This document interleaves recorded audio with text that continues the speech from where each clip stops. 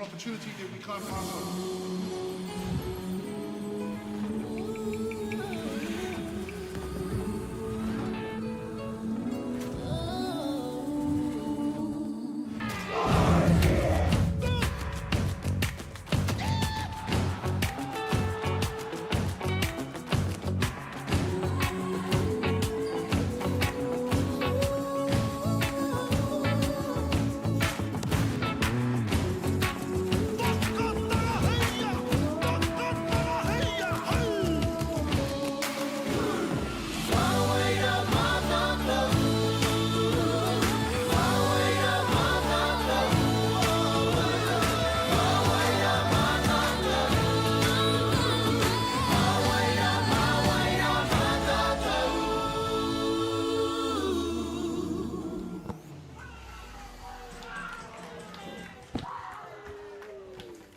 Welcome, ladies and gentlemen, to the Under-17 National Boys Championship. And the ball game has started with a home run by number 7, Chucky Taheda. A great way to start the ball game by Canterbury. And I'm joined by Damien Collins. Damien. Thanks, mate. How'd it go? Mate, a big shot to left field. Clearing the bases and getting Canterbury a good start here in this ball game.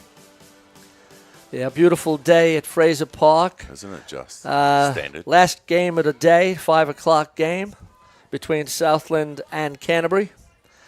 Batting now, number 6, Devin Hardy, the center fielder.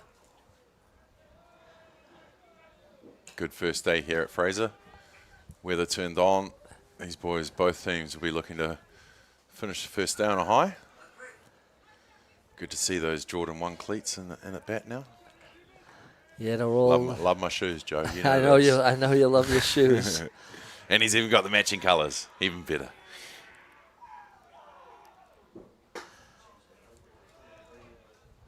Yeah, the Southland team is looking pretty good. They're growing the sport down there. Good to see the under-19 girls down there last weekend. Yeah, absolutely. Ooh. Brody Donald behind the dish, calls the dead ball, batting out of the box. And pretty cool to have 16-year-old Blue behind the dish at the Under-17 Nationals. Absolutely. I mean, you're talking about a development, umpiring, and also this grade being a development grade for the up-and-comers.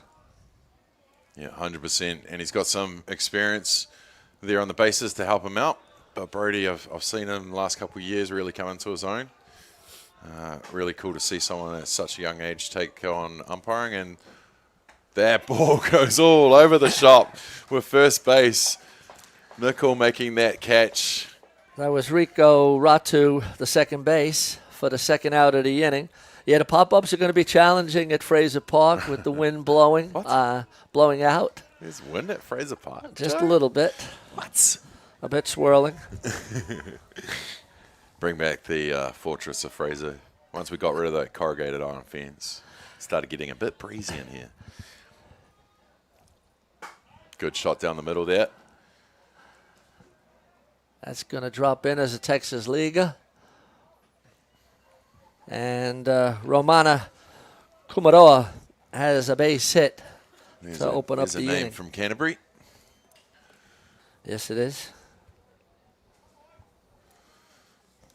Brings up Tyler Rush, the left fielder.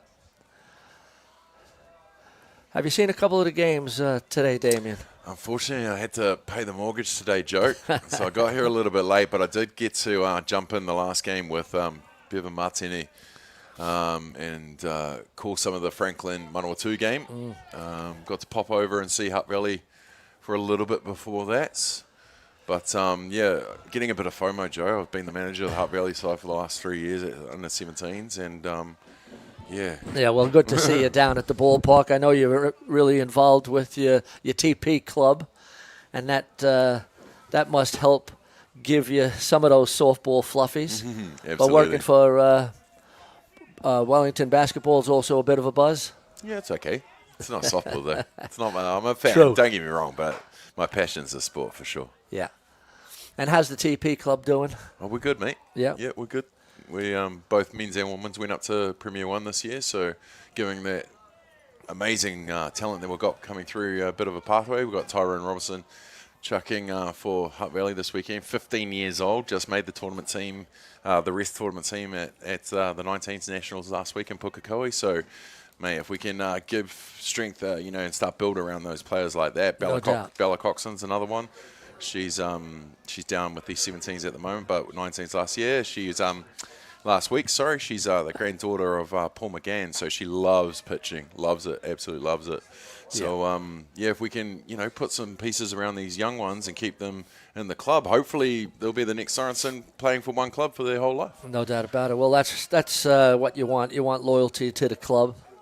You see, I had to throw in Cardinals somewhere for you, Joe. Thanks. We had an old motto, if you wanted loyalty, buy a dog. And you have a couple of dogs, don't you? I do indeed. They're 2 German Shepherds. Okay, Tyler Rush just had a base on balls to put first and second. Brings up number 18, Blake Knighton, to first base. You mentioned the under-19 girls down in Invercargill last week at Surrey Park, is it? Yeah. I had my 19s down there many moons ago. My coach is actually the ground announcer for this one, Robbie Easthope. Okay. Still lifelong friends from my Hutt Valley team there. Yeah, good to see the softball going down south in Invercargill. 100%. And good also to see Hutt Valley coming away with a championship, undefeated throughout the tournament. Yeah, well, I mean, the second last year, and then to go right through the ladder, very, very cool. And if you didn't actually pay attention, Hutt Valley actually had 4 pitchers in that team, and they're all pretty quality. So it was very cool, and almost a double, mate. Almost a double. No, the boys in Wellington played a hell of a game. Rematch of that epic under-17s game at Pukekohe a couple of years ago. Mate, they just went straight down to the bottom of the 7th, 2 out. Bit of a rally to get the dub there for Hutt Valley, but Wellington, Umpires for today's game: behind the plate, Brody Donald at first base, Sandra Steger at third base, Eli Sesperance. Eli and Sandy out there looking after Brody. Dribbler to shortstop, makes no mistake of that one, and then we'll get the third out there. Yep, and after a half an inning of play, Canterbury open up their account and lead 1-0.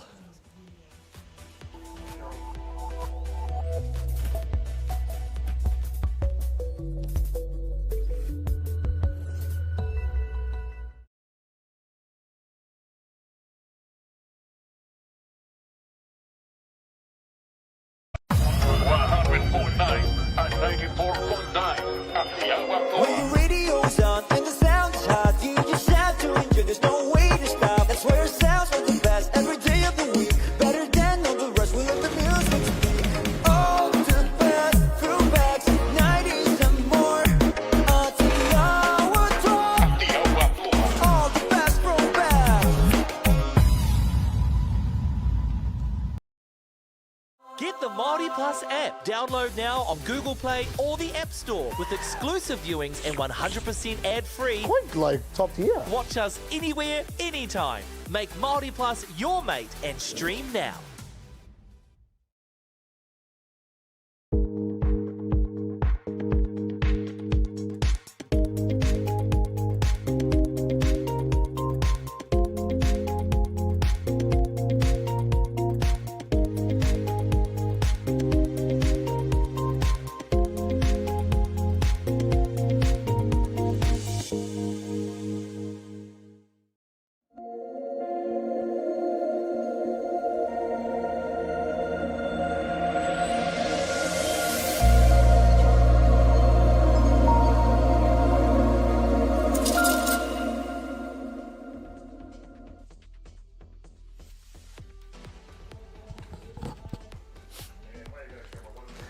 All right, welcome back, everybody, to Sorensen Field, Diamond 1. We're at Fraser Park, home of Hutt Valley Softball, for the Under-17 National Boys Championship. The defense for Canterbury. Pitching on the mound is Lars Meehan. And leading off is number 43, Cooper Nicole, playing first base for Southland.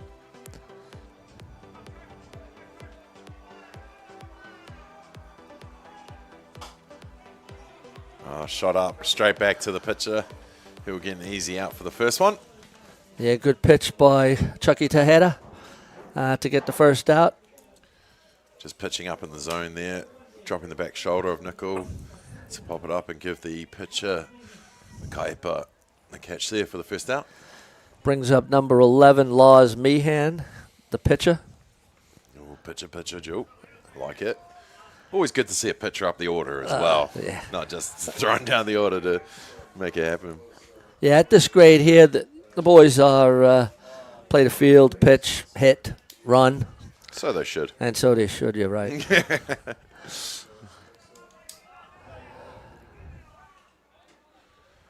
Oh, that's a hit by a pitch. Umpire's going to check up on number 11.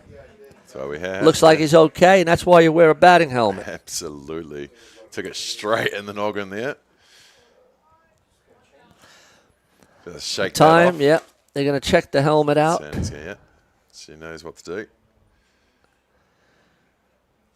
Coach is going over just to see that he remembers his name. Where are you? While we're doing that, just rounding out the Canterbury defense, you got, what do we have? We have Chucky Tejeda on the mound, Devin Hardy at center field, Rico Ratu playing second, Romana Kumaroa at shortstop, Tyler Rush in left, Blake Knighton at first base, Jack Yarham at third, Nakao Kennedy in right field, and rounding it out at catcher Dylan Creighton.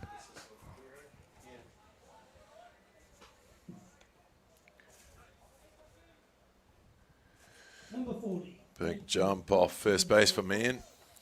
They'll be looking to claw that first run back off Canterbury.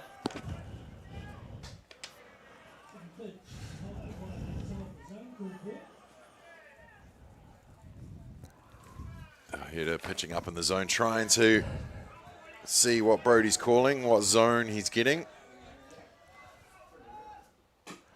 The batter is number 40, Tate Forbes Murch, the catcher. Pitcher seems to have a nice style, tall, lanky, good levers. If you get a tall, lanky baller, chuck him on the mound for sure. Nice drop ball. Or at least try him out. Yep. Catcher batting 3 on Sorensen Field. You want to manufacture a run here. Find a gap wherever you can. 2-2 the count from Donald.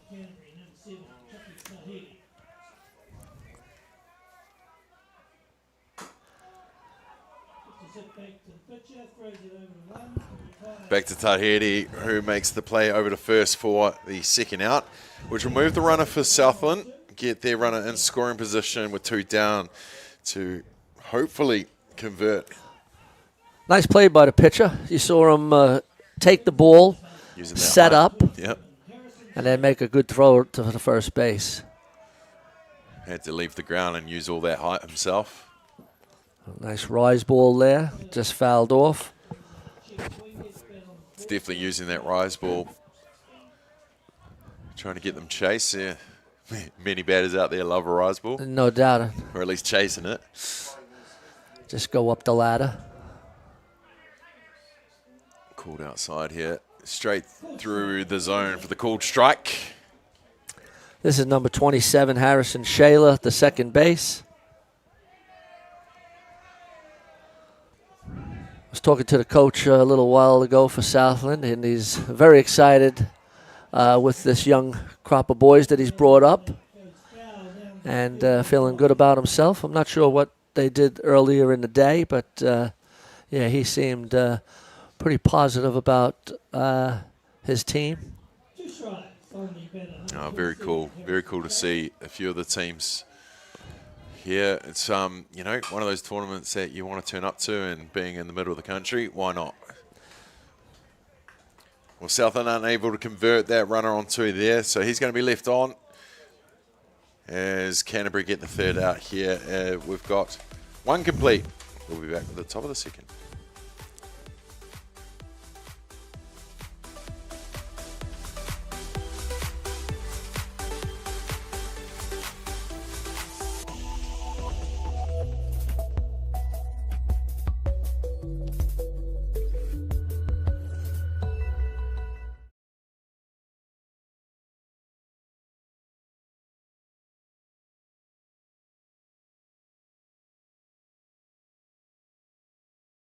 Dan Carter knew the power of winning. Your instincts tell you the sky's different. The flip side of that was the intense pressure. I'd go back to my hotel room and I'd be broken. Dan Carter, a perfect 10. Ki whakaata Māori me Māori Plus. Okay. Let's go then, eh?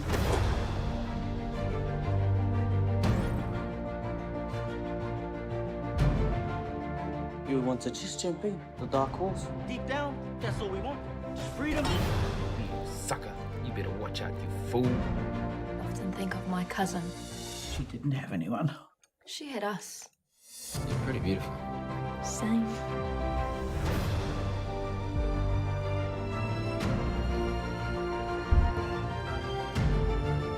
We're going to get you back, Mata. I promise. Kiriata no Aotearoa. Ki whakaata Māori me Māori Plus.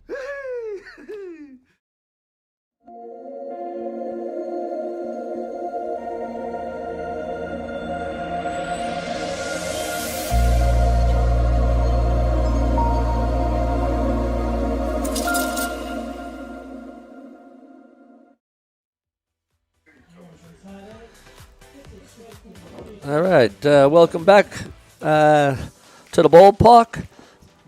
Leading off was Jack Yaham, who popped out to the first base for a quick out in the top of the second. Brings up Nikau Kennedy, the right fielder. Gotta love that as a pitcher. First pitch of the innings and popped up straight back to him. Yeah, good start of the innings for the pitcher. Was the pitcher batting as well, wasn't And he no, he wasn't batting. The pitcher for Canterbury was Chucky Tejeda, the leadoff batter, hadn't hit the leadoff home run. Of course. So he's not only a pitcher, but he's a power hitter. Not bad. Not bad combination.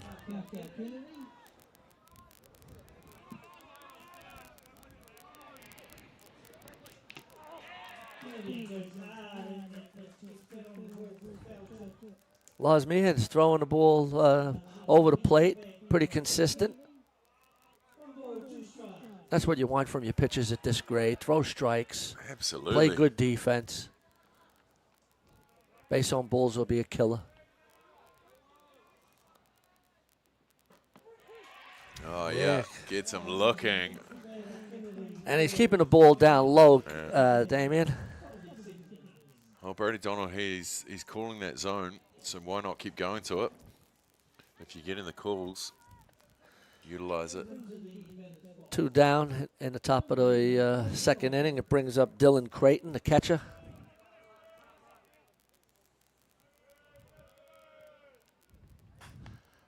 It's fouled off, out of play.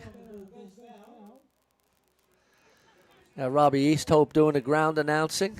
Yes, the chairman of the board here at Hutt Valley. He's loving it. Always one of those guys that just rolls up his sleeves if he's got them. And just gets on with it. He's been a great man around the traps. It was cool to work around him while I was in the role here. But, yeah, cool to see that he's still around as the chairman this year. Yep. Volunteer of the year for the Hutt Valley Softball Association last season. He does it all. He sure does. Stalwart for softball.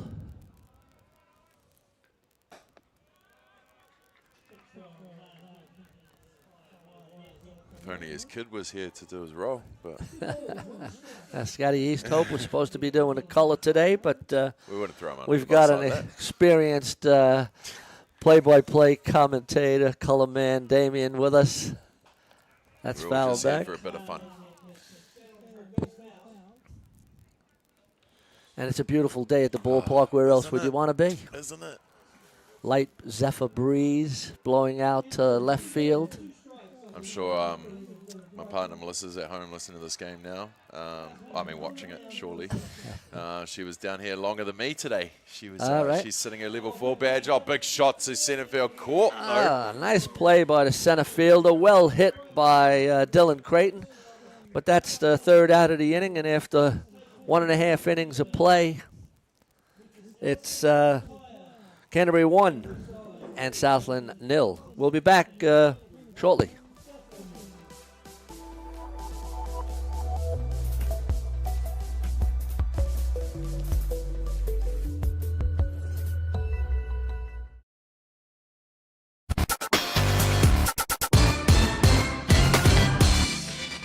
Hi and welcome to Atiawa Toa. Kia ora, my name's Pinamore Praise.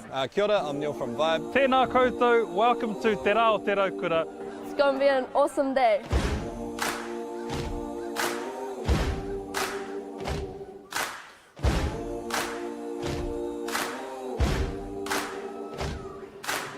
This year is the 25th year of Te Rao Te Raukura. Te Rao Te Raukura is a celebration of our people and enjoying summer days. It's a good chance to get together, really. That's a big part of it. It's all whānau friendly. Incredible community event that brings together so many different diverse people. This festival where people just come together, there's a whole lot of awesome kai, a whole lot of awesome entertainment. Peace, love and harmony. The Raukura signifies peace and happiness. It's a Māori proverb that was brought down by our tipuna from a very long time ago. And basically our day, Te Rao Te Raukura, is all about sharing that love. Aroha nui ki te tangata. Uplifting Lower Hutt and the wider community in general, coming together and just having a whole lot of fun, man. Celebrating all things Wellington, Lower Hutt, the whole region itself. Today is important so that we get to remind ourselves that we need to share the love and care about. How you all doing? Back at the ballpark. Bottom of the second inning. I'm doing fine. Anytime I'm at the ballpark, I'm doing fine. Yeah, we're happy to know when I left the house, Joe, my young fellow was wearing his New York Police Department. Yeah, lovely. I'm heading over again in July, so I'll probably have to get him a size 2. Yeah, he's definitely going to need a bigger size. Might get him a New York Fire Department one this time. Get the collection. Get the collection, why not? I like it. Yeah. Yeah, I'm lucky enough to be a granddad also. My son Joe and his partner Anika had a baby boy, turns 1 on Saturday the 18th, Kai Wilson Fariso. Wilson's his middle name. Yep. But he's a lot of fun. Lead-off batter, Hayron O'Neill, just gets a base on balls. I can imagine you're loving it, mate. Yeah. But the important question, what everyone's thinking, when's Joe going to play again, mate? Well, he's been a busy boy lately. Now we've got your daughter back. Yeah. Yeah, it's a question we all would like to know. He's probably still in his prime. He's 31 years old. Absolutely. Keeps himself pretty fit. But there's priorities in life, and I understand, Joe, but we're always here for you, mate. Brings up number 16, Flynn Telfer, the third base. Yeah, I think he'd like to come back and play a little social stuff first, just to see. He's been training with Danica a little bit, and showing her a couple of little things. I'm sure it'll be like riding a bike for the Frisos. Yeah.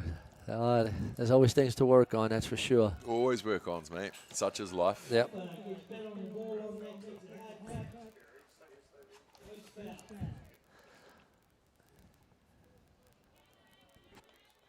You know what they say, play hard, train harder.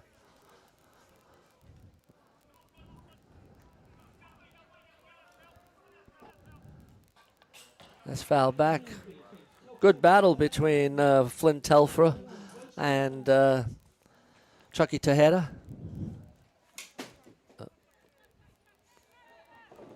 Yeah, first day of the tournament, you want to be taking your opportunities while you've got them. If you're in the batter's box, you're taking those cuts. Yep, he held up on that. He wanted it though, eh? Yes, he did. Told you. That rise ball. They love the rise ball. Absolutely. Did he go? Sandy says no. No, good call.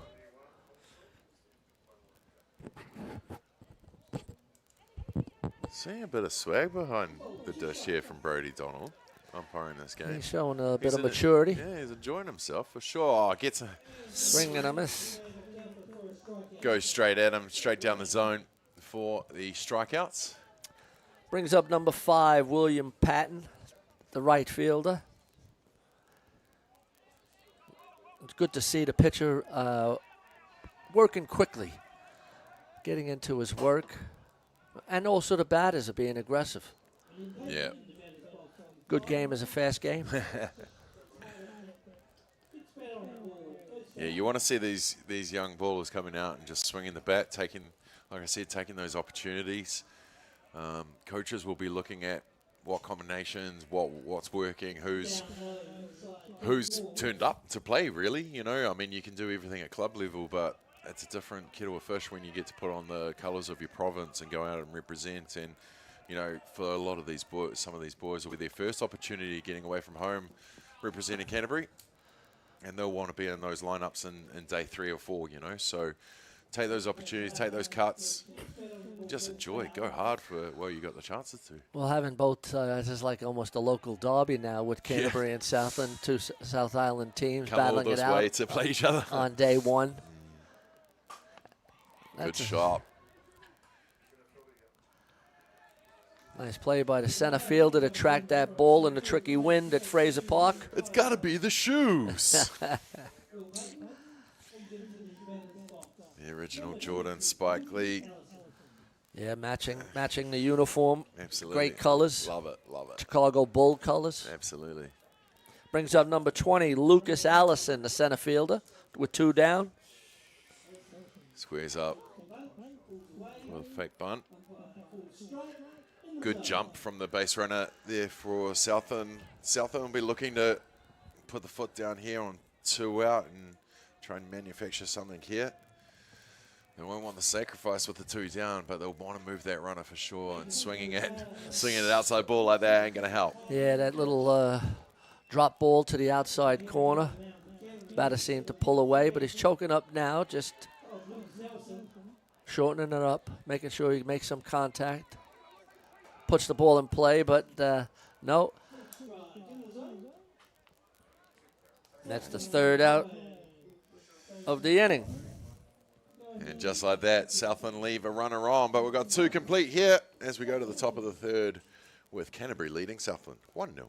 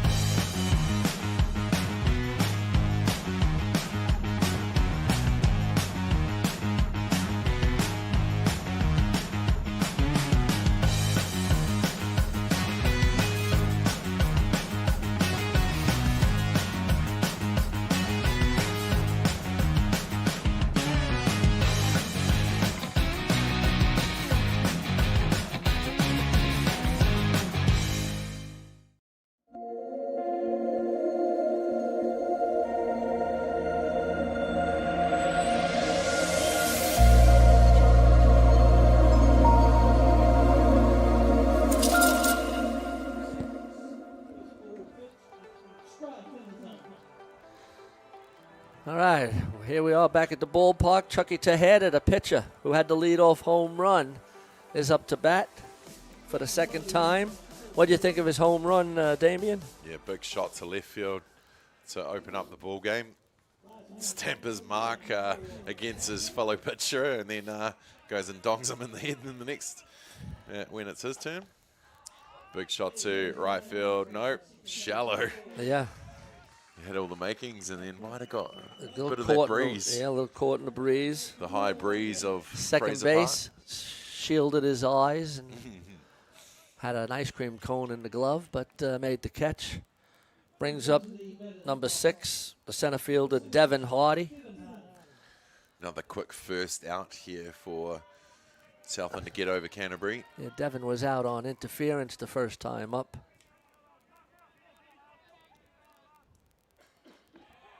Sees it go straight through the tunnel for the strike called. Yeah, Lars Meehan is really peppering that strike zone.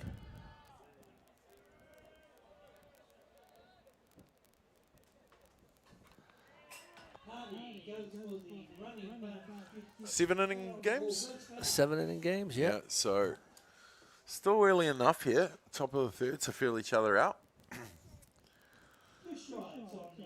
Yeah, I got a feeling this might be a pitcher's duel. They're both getting through their work pretty good. And we're in the sweet zone now. Warmed up a bit, seen the zone that the umpire's calling and what the boys are swinging since they've gone through. The one lineup, yeah. Yep. That's good.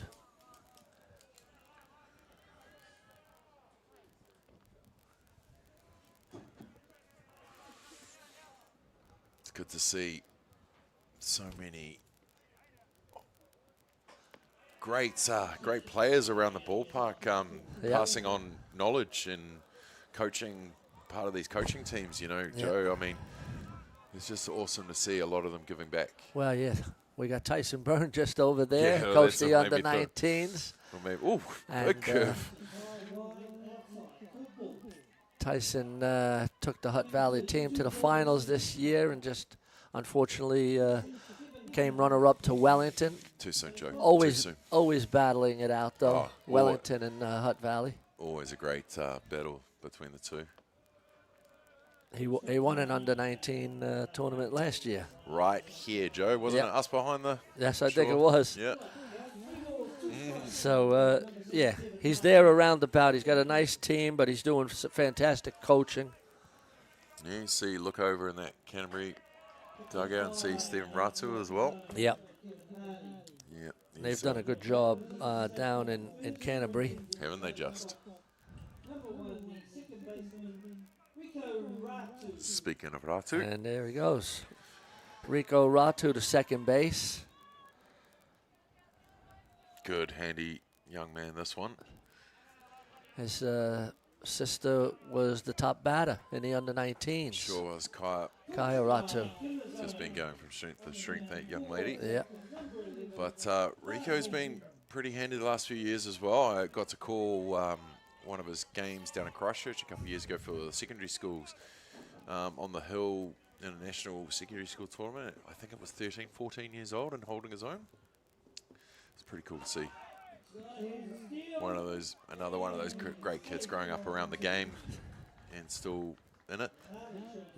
Nice stolen base. Got to be the shoes. Must be. This must just add another step to you.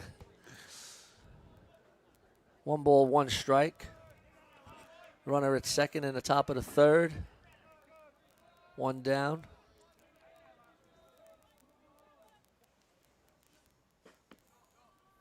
Ball just a little down.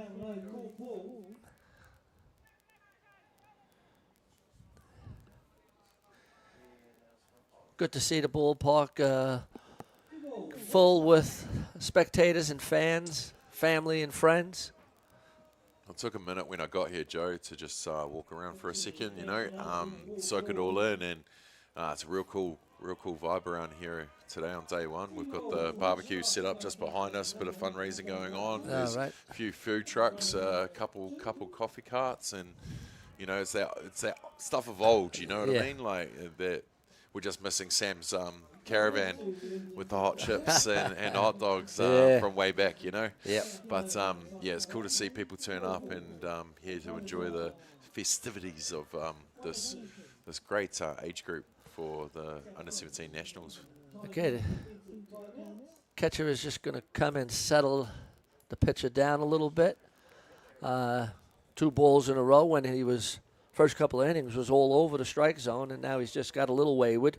But it's good to see the catcher just coming in, settling him down. Yeah, just slow down Canterbury a bit. They've got runners on the corner now. Runner at first is put on the oven mitt. Brings up number 4, Romana Kumaroa. Don't know why you'd need a sliding mitt on an artificial turf, but all goods. Yeah, they have all the gear these all days. All the gears, these kids. Goes inside and pops it up to right field.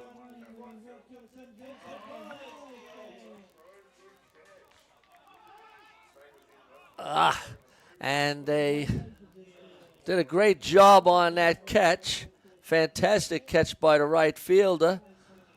Popped it up to the second base just to try to get the runner tagging up at second. Heads up play by the runner at second base to tag up on that also. Yeah, one thing you'll just see over as the week progresses, these little things, getting that second play in motion, you know, slowing down that. You've made a great catch. You've made all that way to get there. You don't want that runner taking 3 that easy. And now they've got 2 runners in scoring position. Yep, brings up the left fielder, number 5, Tyler Rush, lefty. Gotta love a lefty.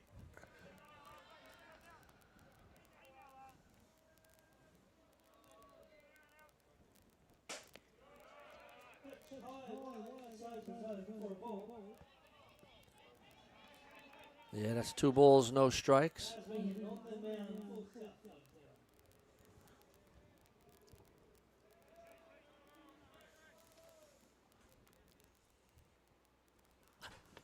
Inside. Ooh. Nearly hit him. Nearly inside. Nearly inside. And it's 3 balls, no strikes. And the Southland pitcher's just lost the strike zone a little bit. You want to come back here. Usually on the 3-0, you'll throw a strike down the middle. Usually a batter will leave it, but no, he didn't even get that one. That ball's outside. Just outside. 3 balls, 3 base on balls in this inning. There's two outs. Brings up the first base, number 18, Blake Knighton. And that's just going to bring a coach out just to have a chat. The catcher came in first, and now it's time for the coach to have a chat with the pitcher and also the fielders, keeping them on their toes. There's a force at any base. Yeah, it can be used as a couple reasons. The old defensive conference, you can slow the momentum of Canterbury now they've loaded the bases. But I mean, what we really need to do is our young man in the hill needs to trust the fielders a bit more and just utilise them a bit more. You know, I mean, now it's the perfect time for the any base play. You've got 2 down and you're holding that one to 1 run. So you just want to get this out, just get it dribbling along the ground or a sweet pop up here. Yeah. But you can't give up a walk again. No place to put him. Put him back on the bench, mate. Good pitcher batter battle, mano. Doing a great job here. And he comes right back. That's a good pitch. sign after the coach comes and has that chat. And he comes in and throws a good strike right down the pipe. Obviously, the batter also is taking that first pitch after 3 walks. Oh, yeah, and you would.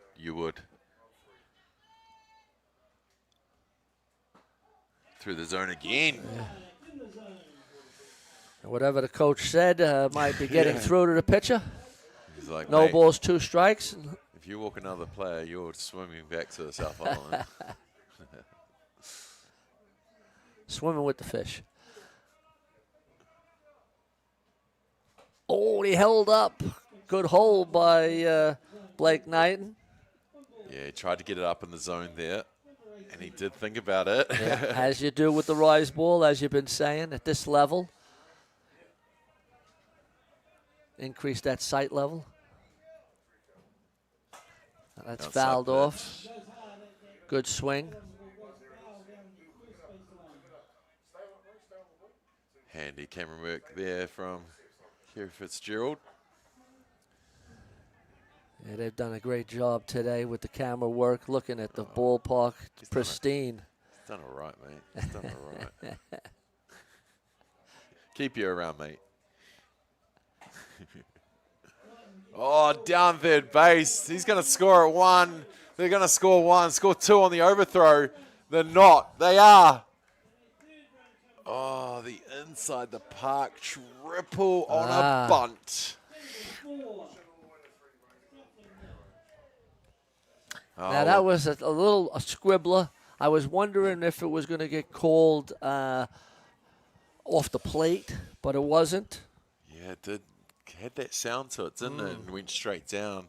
But it brings in 3 runs. 4 and a Canterbury goal. How quick can something change, right? Yeah. And you just got to take all those opportunities. That pass ball, scoring the 3 runs, carrying, and sliding into third.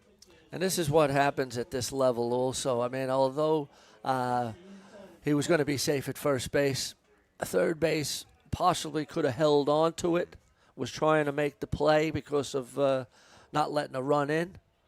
But that's a learning also. Good play by the catcher. Yeah, good hold there.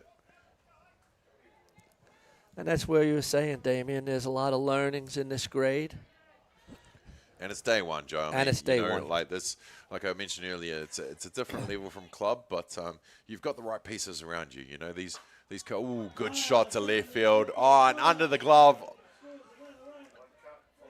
Second, rounding, bit of a trip, slide up, stand up. Ooh, I love that one.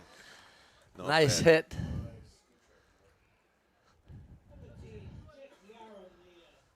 With a triple. Triple RBI.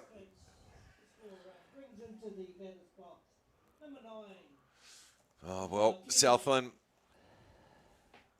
is still in this. They just got to keep on grinding away for that third out here. Yeah. Canterbury scored 4 in this inning. And what seemed to be a pitcher's duel now has just been broken up.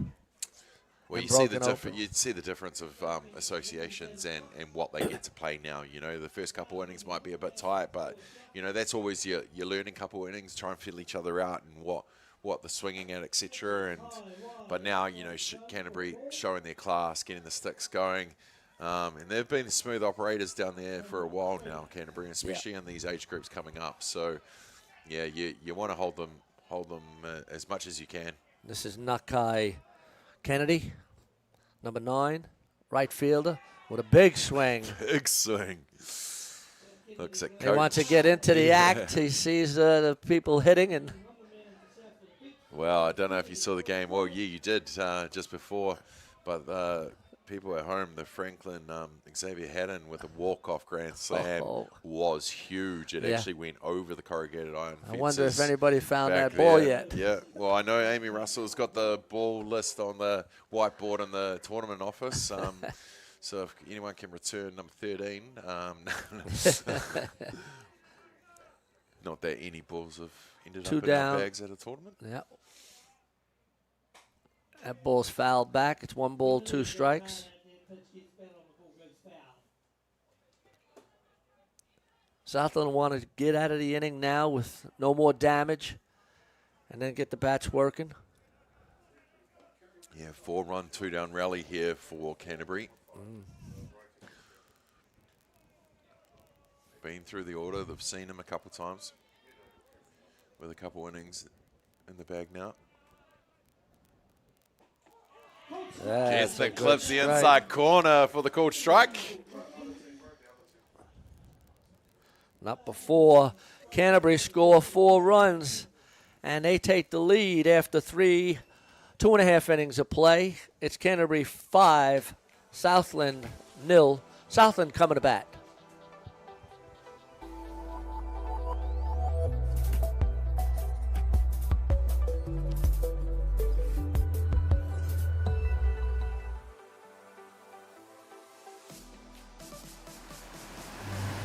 we're going to have Māori getting ownership rights recognised in the taku taimoana. So they created legislation, foreshore and CBD. How can you allow this to happen in the 21st century? What it is the same old faces, the Ken Mears, the Harawira families, the haters and wreckers. It's about time we started looking to a new future. What you can do in 50,000 turn up.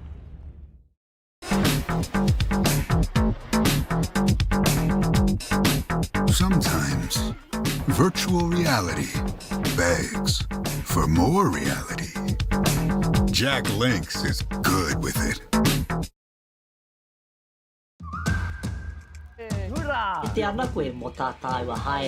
Learn Pūrākau. Explore Te Taiao. Vai mai! Tūhura ki whakaata Māori me Māori Plus.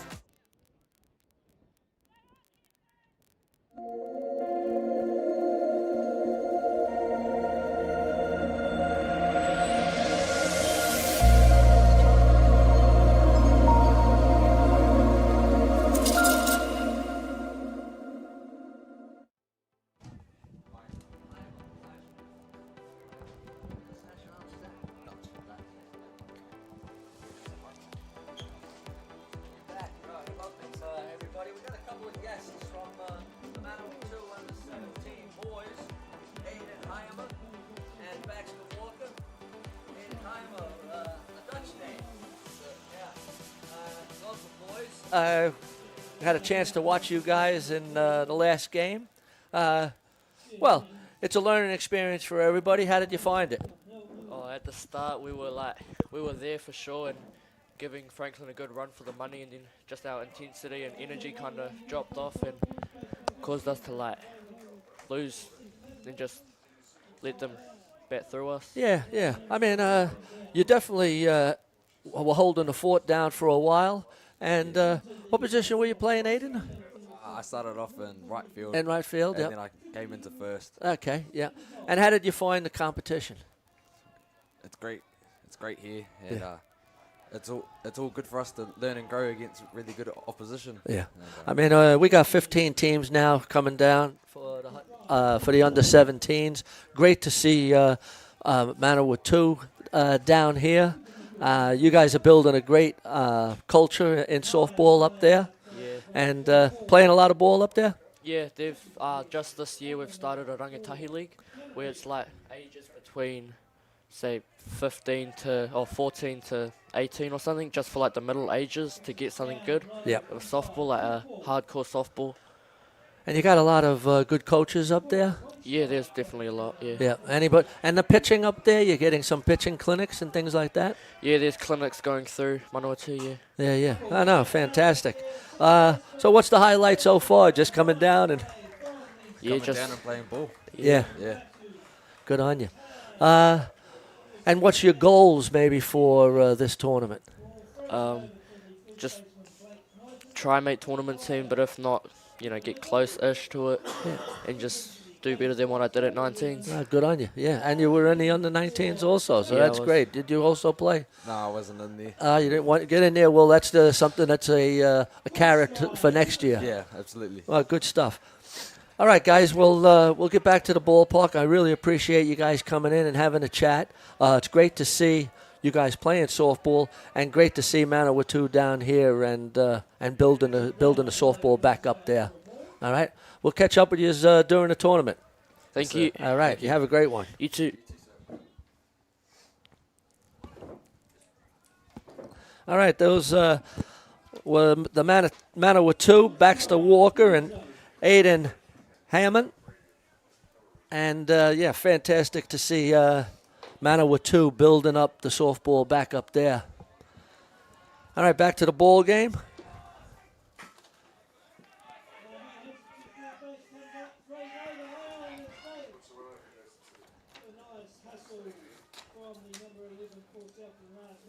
All right, that was Lars Meehan with a little Texas Leaguer ground ball.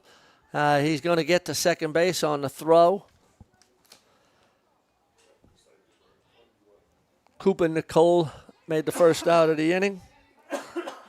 No. And brings up Tate, Forbes, Murch.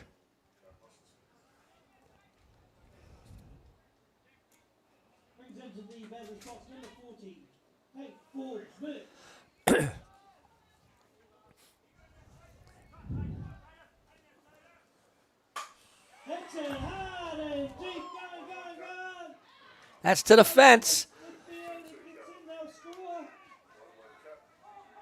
Oh, and Tate Forbes Murch hits a triple to left center field. That brings in Lars Meehan.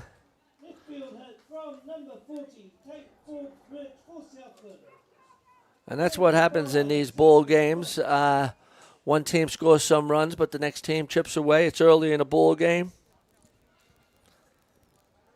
Bottom of the third.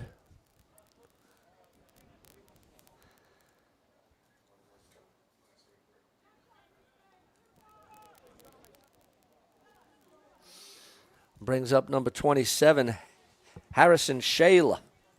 Harrison grounded out his first time at bat. Catcher's just going to come in after that big hit and just have a chat with the pitcher just to make sure that they're on the same page. He made that pitch a little bit fat. And Tate Forbes Murch didn't miss it. So one down.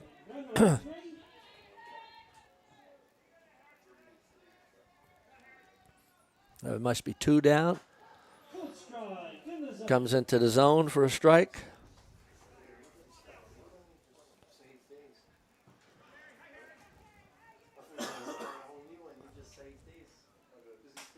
That's fouled off. A patch inside. He got around on it pretty quickly.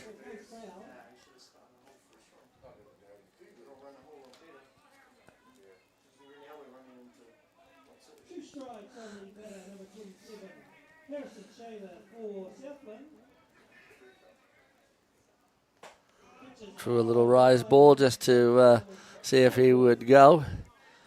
Good discipline on that.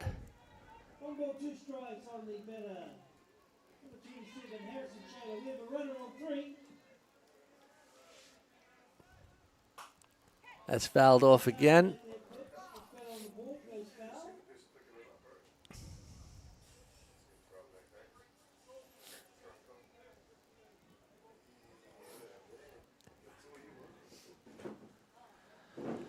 Wind just starting to pick up at the ballpark. Still a lovely day. Blue skies. Had been a fantastic day today. I think 24 degrees in the Hutt Valley. After fairly chilly weather last weekend. Not as cold as in Invercargill for the under-19 girls that were wrapped in blankets.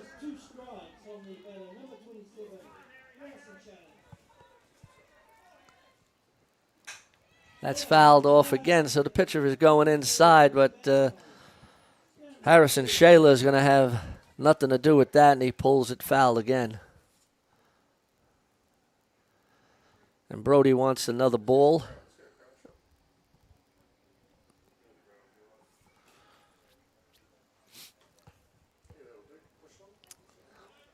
Balls are getting fouled off, and the umpire wants a couple of reserves. The scorer is going to be axed for one, I think, and one's back in the ballpark.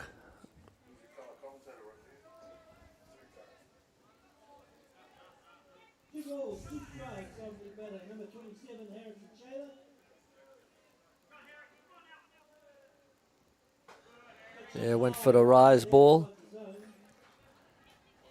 Good battle between number 27 and Chucky Tejeda, number 7. 3 balls, 2 strikes.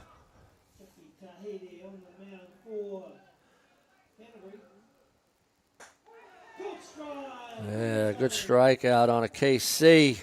Nice pitch. Chucky Tejeda bared down. And but Southland opened up their account with 1 run, and after 3 full innings of play, it's Canterbury 5, Southland 1.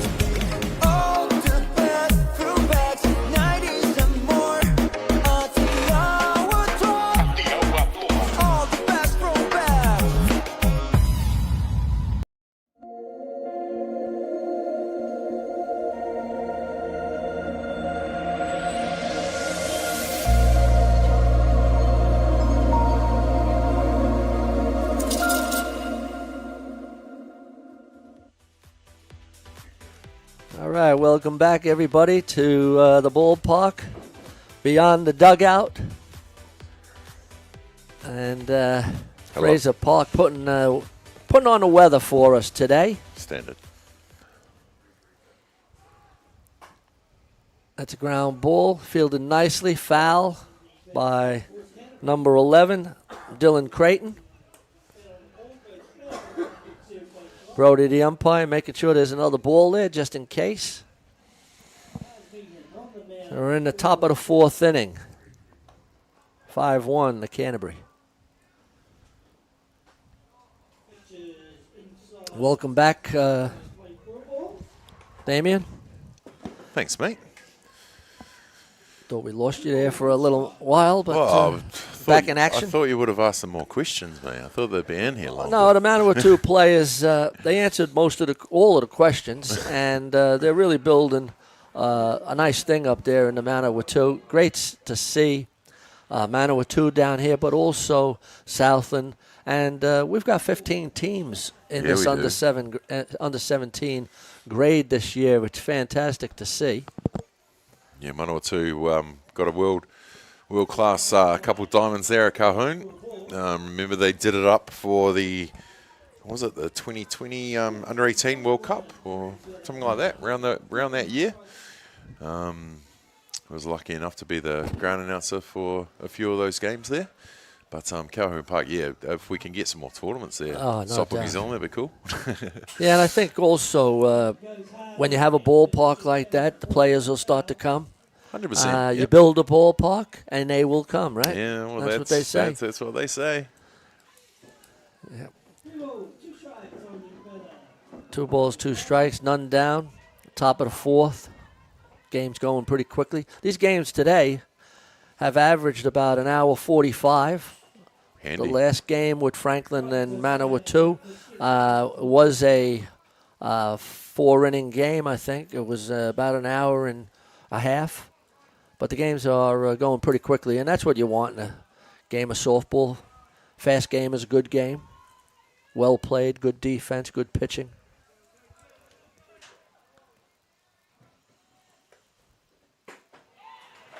Ooh, he almost threw it down through, didn't he? Yeah, the pitcher just didn't looking to see where that was, but it did look a little outside. So good eye by the batter, good discipline. Game of angles, mate. Game of angles. Yep.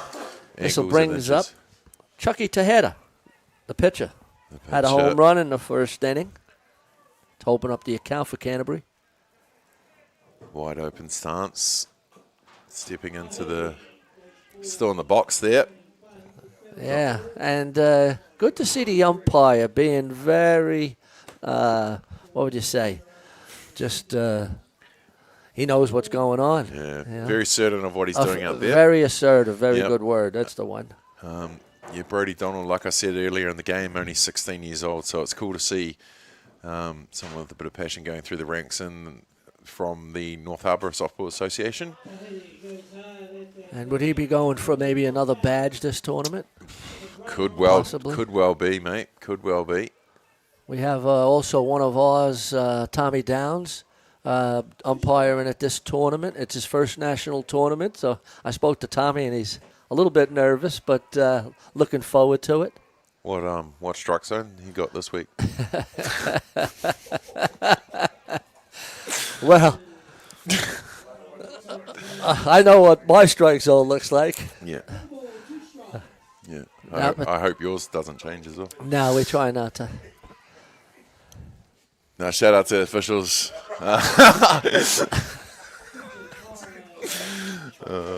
Yeah, we'll let you get out of that one. Hey, guess what, Joe? I stopped caring, mate. Now, the umpires do a fantastic job. Well, and there's a lot of them here this week. That's right. You know, there's all giving up 12? their time. Yeah. 12 on the list. Some, I see 1 or 2 of them came from the Under-19 tournament, and they're doing this tournament again, so giving up a lot of time. It's 3 balls, 2 strikes on Chucky Tejeda, none down, runner at first. No, we can't do it without them, so do appreciate the ones that put up their hands. Scorers as well. You can't forget the scorers, mate. No, the scorers are also vital. Giselle Bishop. one of our senior ones out there scoring this one.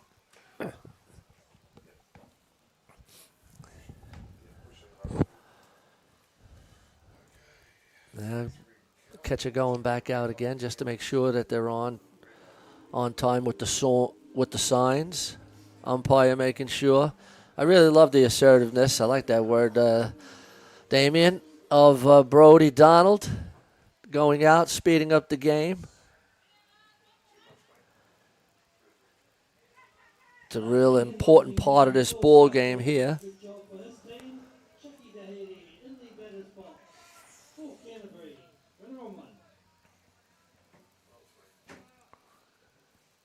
Yeah, they must be doing something right, the Blues, because it's not often on day one you start the last game of the day on time. No, it's that walk now. It's the 5th walk of the ball game. It's bringing out a pitching change. Coach is out. I think he's seen enough just now. Number 1 coming to the mound there, Joe. Who's number 1 is number 1 in the program? Tane O'Neill. Tane O'Neill. He'll be coming in for Laws. And that pitching change is brought to you by the Beyond the Dugout Broadcasting.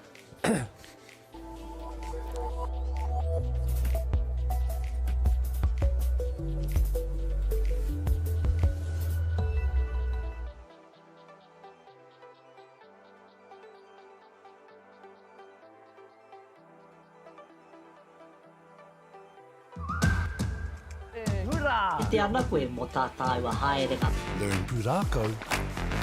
Explore Te Taiao. Ai mai! Tūhura ki whakaata Māori me Māori Plus.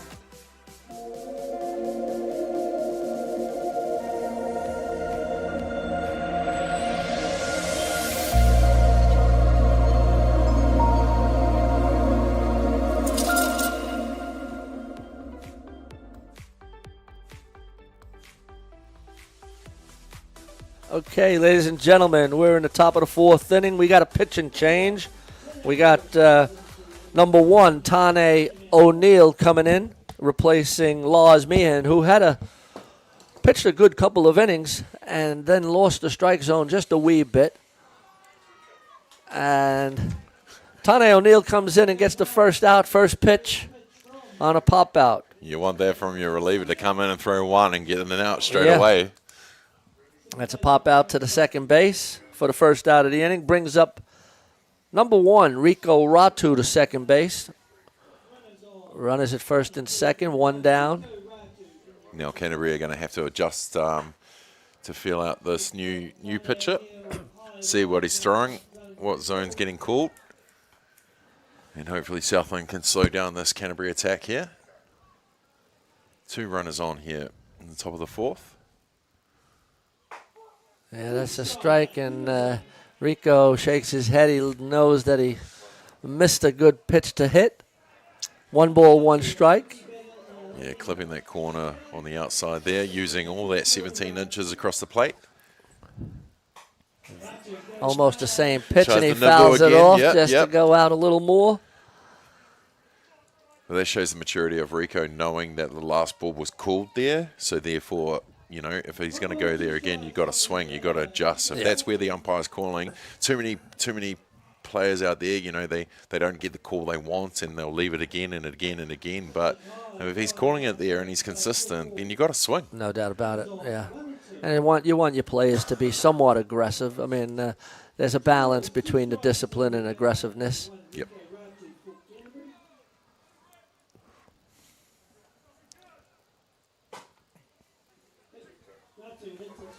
Ground ball to the first base. He was going the other way, which is a good piece of hitting, and he moves the runners around the second and third. Yeah, he takes the ball away from the side of the runners, so it gives them third and second pretty easily. And they're going to do the 2-down catcher, I believe. Yes. And they'll bring out Brody will just Rico. double check who's coming back out to run. Yep, it's the last batter. Rico Ratu. And then it brings up number 4, Raumana Kumaroa.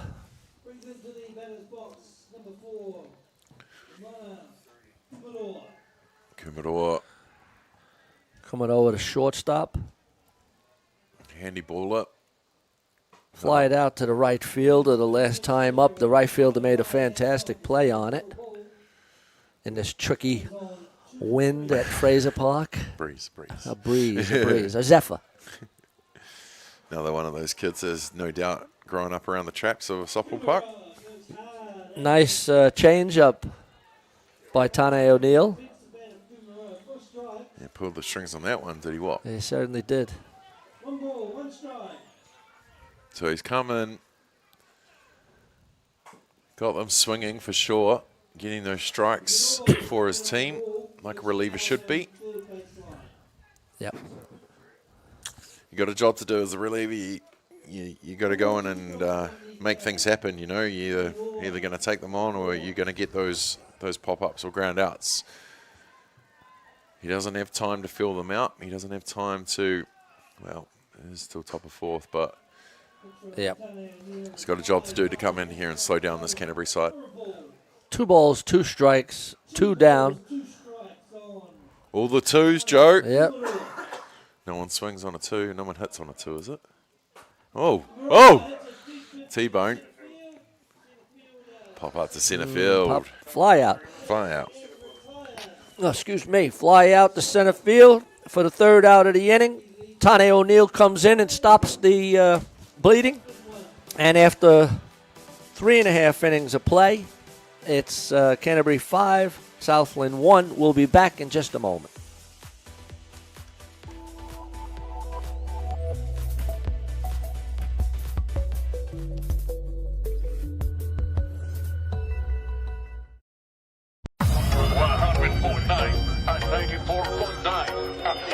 When the radio's on and the sound is hot, you just have to enjoy. There's no way to stop. That's where it sounds from the best every day of the week. Better than all the rest. We let the music speak. All the best throwbacks, 90s and more. Atiawa Toa. All the best throwbacks.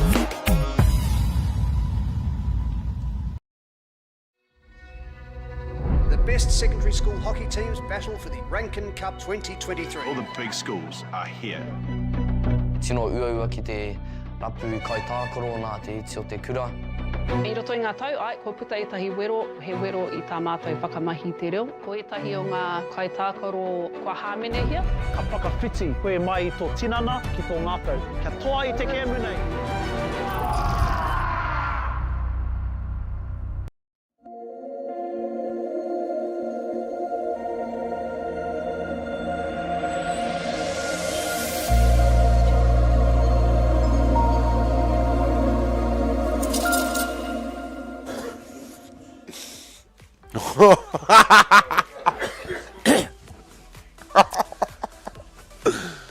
Do you know that night didn't rain at all in Hutt?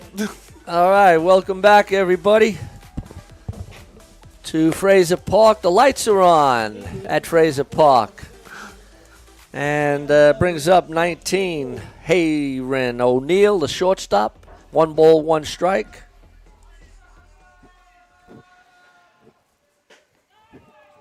The bottom of the 4th. Canterbury lead 5-1. Big part of the ball game here, Damien. Yeah, you want to change the fortunes here, Southland. Get a bit of a roll on, and you know, with O'Neill coming onto the hill and stopping that momentum with none down, couple runners on, and to get those 3 outs, you know, now you need your team to rally behind you and get the sticks going and make something happen. Yep, I mean that's a key. Tane came in and did a great job, stemmed the flow, and now the batters have to get the bats going. Yeah, and they will. Having a hard time tracking these balls down after they're fouled off. Hopefully they're not getting put in anybody's bag. They are numbered. My bag's here if anyone finds it. Oh, just off the glove. Oh, that's a ground ball to the pitcher. Now, they don't normally give pitchers errors on a ground ball, but that one I thought should be fielded. But we'll give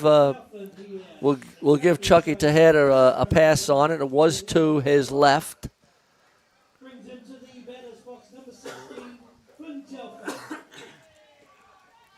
Flynn Telfer. Yeah. Good bunt down first base. Ratu gets. Oh, and now. Oh, and they had a little razzle-dazzle. Runner was safe at first. The runner was going from second to third.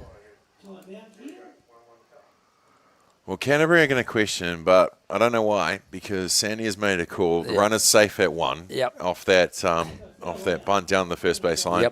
Rico Ratu did get there, but Sandy's calling it safe. It is what it is. He had the heads up to stop the runner going from second to third. You know, he saw the eyes were on first base, so thought maybe I'll give it a go, but Rico got over in time. So we talk about that momentum. You know, O'Neill comes in, does the job on the hill, and now the first two batters have got on base. None out. You're down by 4 at the bottom of the fourth. You want to start. This is when you want to start clawing back. No doubt. And brings up number 5, William Patton. Runners now at first and second. Southland now answering back.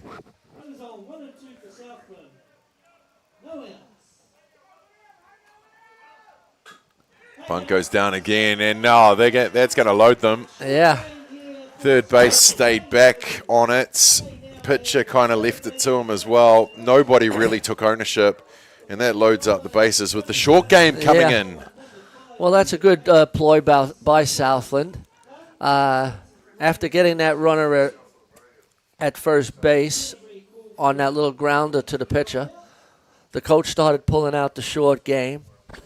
The short game on this turf also, if you're not familiar with it, it dies. And if the fielders aren't up and being able to field that ball, it could be trouble. And it has caused Canterbury a little bit of trouble in this inning. Let's see how they play it now with the bases loaded, none down. And William, let's see, now it's fouled off. It's Lucas Allison up. Goes at the first pitch, high up in the zone, chasing the flight, chasing that rise ball again. Let's see if Chucky throws it up there again. That was up. 1 ball, 1 strike.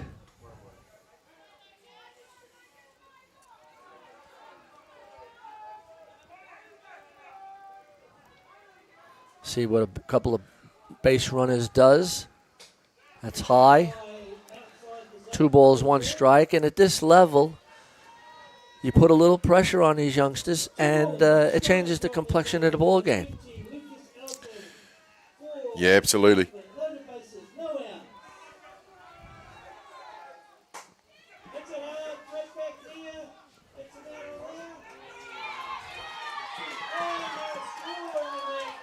Wow, Southland manufacturing.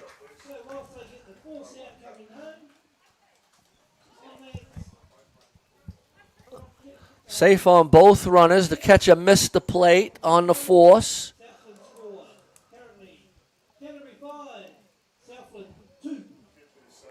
So this time another corridor between both the two teams called by Canterbury this time. 1 out here in the bottom of the fourth. Southland doing exactly what they needed to do here.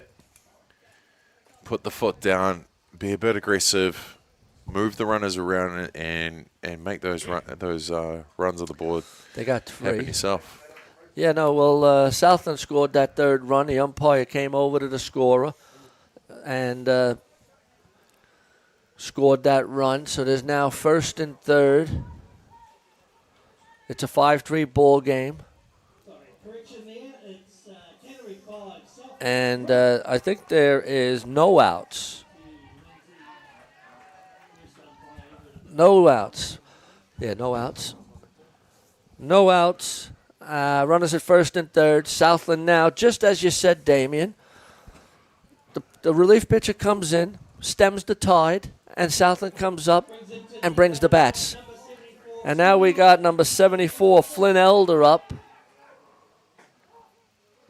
I mean, it's all cool backing your having a pitcher go out there and do their job, get those ground outs and the pop-ups, manufacture those outs himself. But you got to back them up with a stick,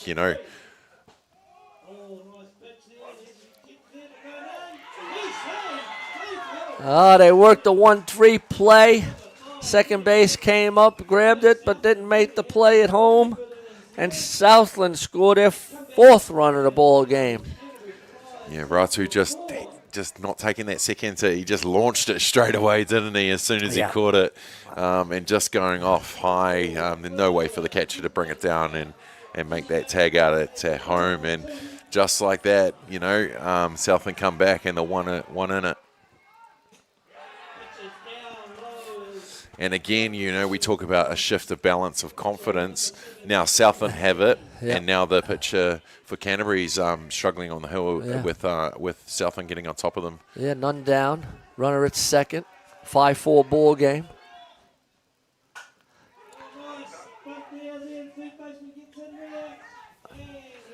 A good piece of hitting by the lefty Flynn Elder to move that runner to third base, less than 2 down.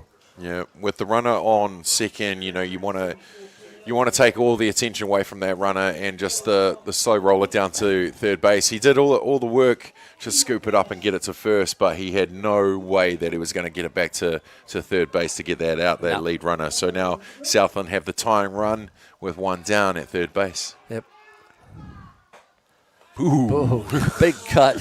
He wanted that one, didn't he? Yes, and that brings up Cooper Nicole, the first base.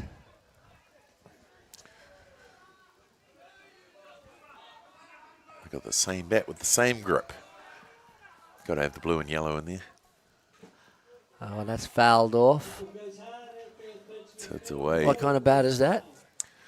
The Synergy. Synergy. That came out Easton. a couple of, that's the one. 34-26. Mine's a bit heavier than that, mate. Is it? You're playing law ball. Just got the guns going. Oh, good punch there to left field. That's going to tie the game. That's going to tie the ball game. Oh, good hit there. And Southland have tied the ball game with 5 runs in the bottom of the 4th. It's a game of momentum. It's a game of confidence, a game of moments, a game of inches, and never how it can change in just one innings. No doubt the coach is coming out and just having a chat. This is the second conference of the innings, so no doubt we'll be seeing a pitching change here. Number 14 with the waltz out. Yeah, they are making a pitching change, which is a little bit of a shame because with Chucky Tejeda, there was no base on balls in that inning, but there were 2 or 3 errors, or errors of omission, you could say, where the players didn't field those little bunts. And well, we're just going to have a break here while the pitchers gets his warm-ups in with the pitching change. Brought to you by Beyond the Dugout Broadcasting.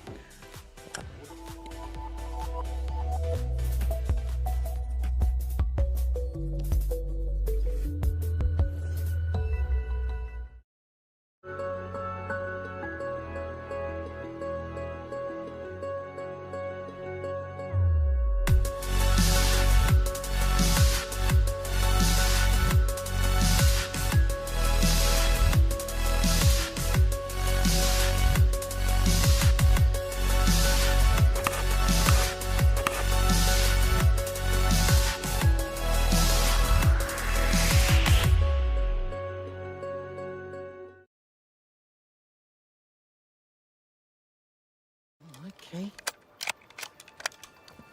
Let's go then, eh?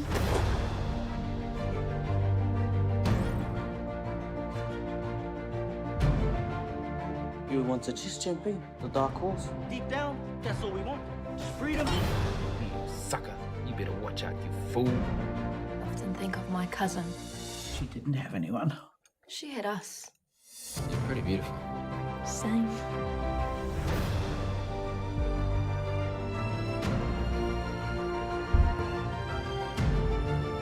We're going to get you back, Mata. I promise.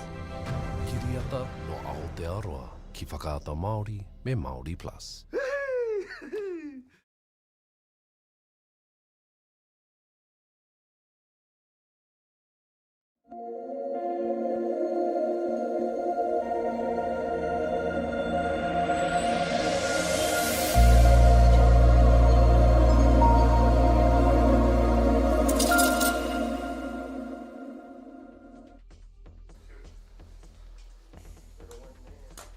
Well, we got a ball game going on here now.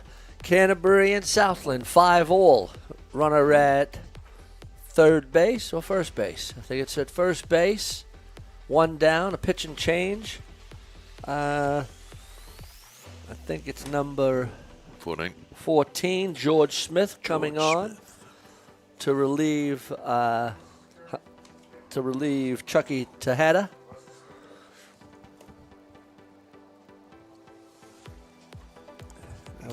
And they're gonna. They made just a straight swap.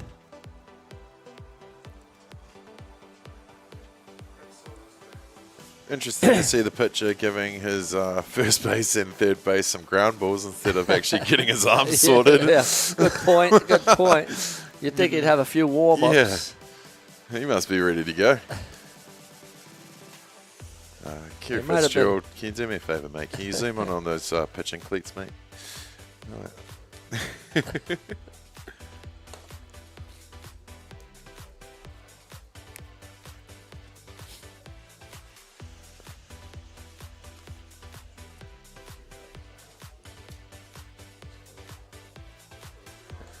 Must be a couple changes happening. Yeah. Brody, good one, came up to us before the game to check if we wanted to mic him up. All right. Surely we'll introduce that by the end of the week. Yeah, we'd like to do that. That's why we can get some of those changes. Absolutely. Many changes, Giselle?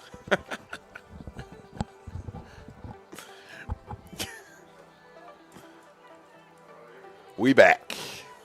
14. What's that? George Smith on the hill now for Canterbury. Can hopefully stop the momentum of Southland, but Southland really, really in a good zone at the moment. First offering from Smith, not the best. Straight over the glove from the catcher, but yep, George coming Smith. nervous, coming. Well, it was interesting that he didn't warm up. He might have been warming Not really, up did he? on the side of on the side there, but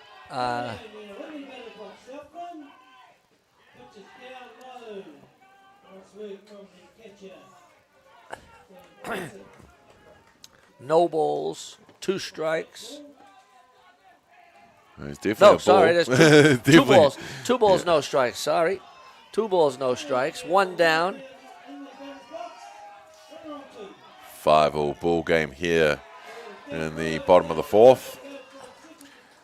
And now Southland with 1 down have the go-ahead run at third base. And Tane O'Neill, ironic that Tane O'Neill now is batting. Game changer. And a game changer. Damien called it. Pitcher came in, stopped the runs by Canterbury, and now Southland are back in the ball game. Oh, clean. Got him easy. Almost like they planned it. Yeah. The Southland coach was being aggressive. Yeah, absolutely. And you got to be. You know, you see a yeah. ball go behind the batter back to the dish. I mean, you're thinking a slide into home all day, but just came back, bounced right? back, didn't it? Just bounced back at the catcher. So there's 2 down. Runner at first. Let's see what Tane does here at first base, whether they want to get a guy in motion. George Schmidt having a little bit of a hard time finding a strike zone. That's 4 balls in a row.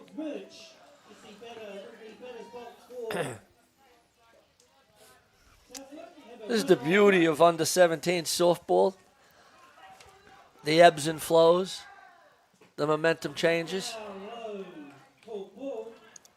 Oh, it's a great thing about our game. It's not over till it's over. Yeah. Well, unless, you're up by Unless 10 it's in the over. first.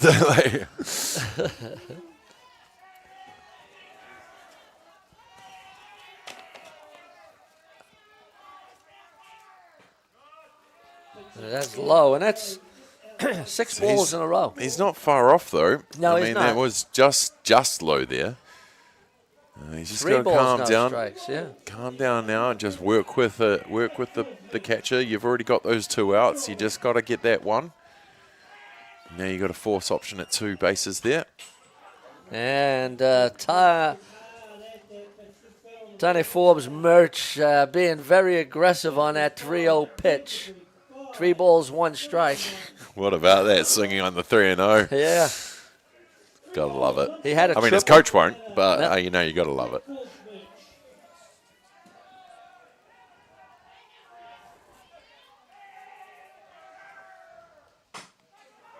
Nice. And he got a ground out, 1-3, and that ends the inning. But not after Southland score 5 runs in the bottom of the 4th. We got a ball game here, and it's Canterbury 5, Southland 5. Canterbury coming to bat.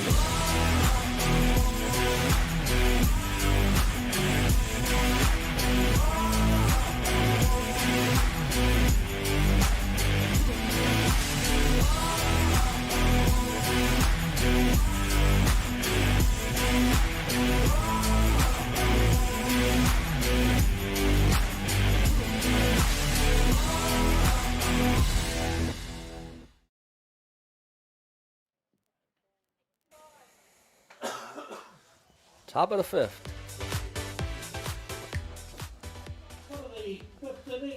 All right, welcome back, ladies and gentlemen. We're in the top of the 5th inning at Fraser Park at the Under-17 Boys National Tournament. Beyond the Dugout Broadcasting is coming to you live. I love hearing that. I'm Joe Fariso, Damian Collins next to me. Hey, guys. Day number 1, Joe. It's been a day, and it's only going to heat up over the next 3. I don't know about the weather, but I know. The weather's going to be superb. It's going to be 24 degrees and sunny all weekend. Love it. Love That's it. what I'm told, anyway.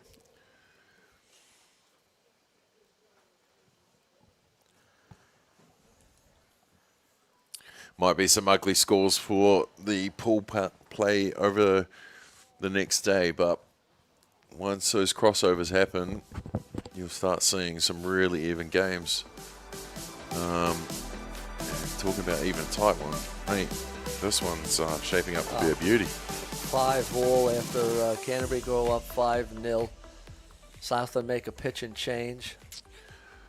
Tane O'Neill stops the runs, and Southland come back and score 5 in the bottom of the 4th. This is my first game back doing the broadcasting this year.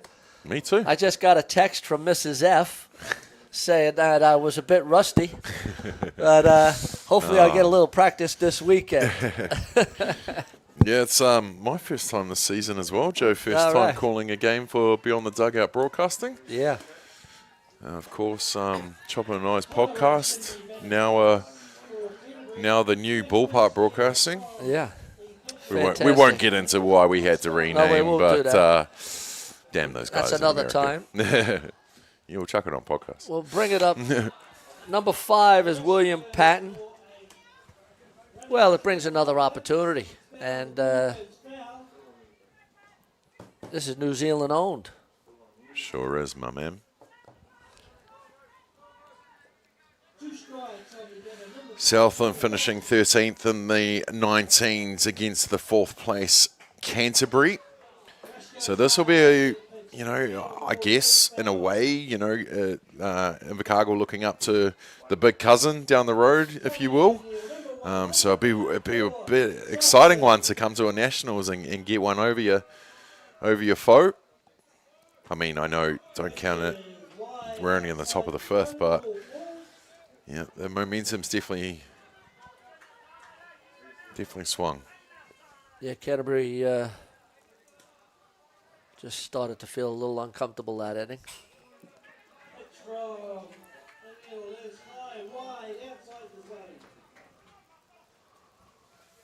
Robbie Easthope, the field announcer. I'm not sure if you can hear him in the background. He's doing a great job keeping everybody in the ballpark interested. And that's a foul ball. Nice cut by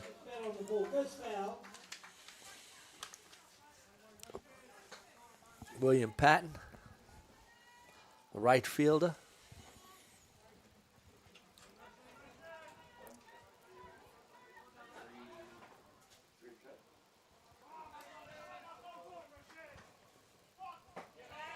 Ball. That's 3 balls, 2 strikes.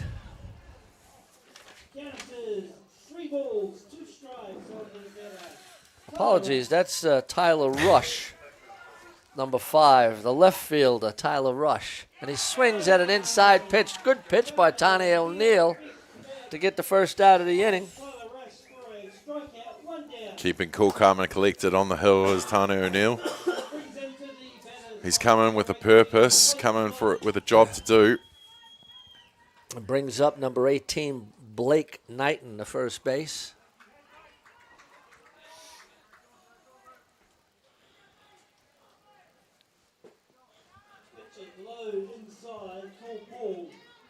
Just a little low. Good to see Southland having the under-17 boys. They got an under-19 boys. I guess the softball down in the South Island is seeing some good growth. Obviously, Canterbury are the big cousins.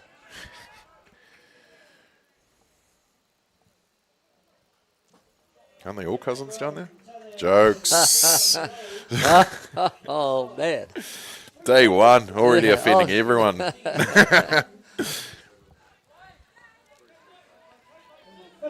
It's been a long day, Damien. Wouldn't be like us to have long days at a tournament, mate. For a cold strike 2. Or was that 1? 1. 3 balls, 1 strike. Apologies. I'm sitting next to my scorer over here. And he's keeping me honest. That's popped up. Shallow center. Ah, what a play! What a play! And that shows you with Southland, the momentum has changed. The center fielder came charging in, bobbled the ball. The shortstop came over, made the play. And we got 2 outs in the top of the 5th inning. What a play.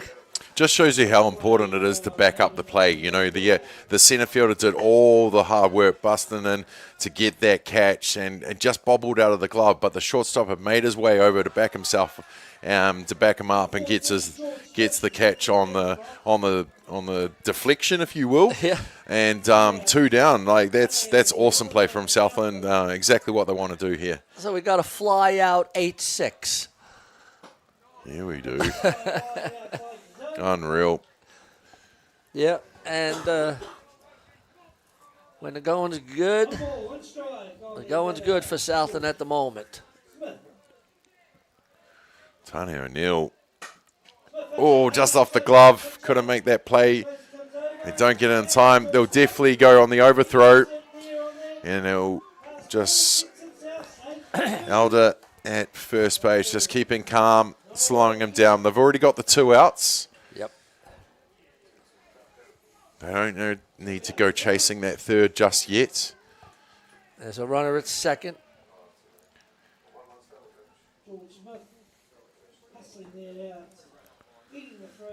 George Smith, And if that's the one, it's 2 down pitcher, I'm guessing.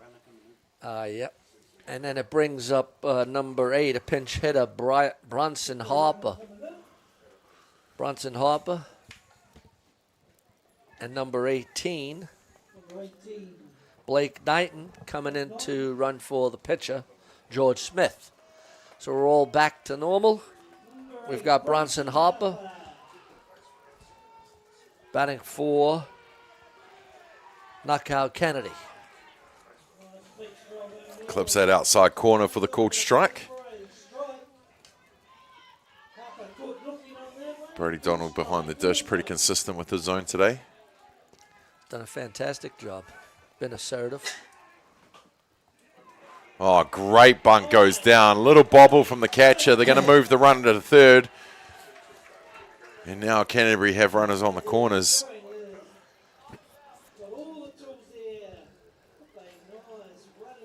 Beautiful bunt. Well, Canterbury now have also played a little bit of the short game. Here was that pop-up there. You'll see on the action replay all the meters that the center fielder had to make and just lost it out of the glove, but shortstop keeping his eyes on it to get the bobble. The deflection for that second out. Note to salespeople out there, always back it up. Dylan Crichton up now. Runners at first and third. 2 down. He made the catch from left field. Boy, wow. Oh boy, we've got plays aplenty. Southland are playing a great defensive game. Super play by the left fielder. Getting their highlight reel for Fly sure. out to 7 for the 3rd out.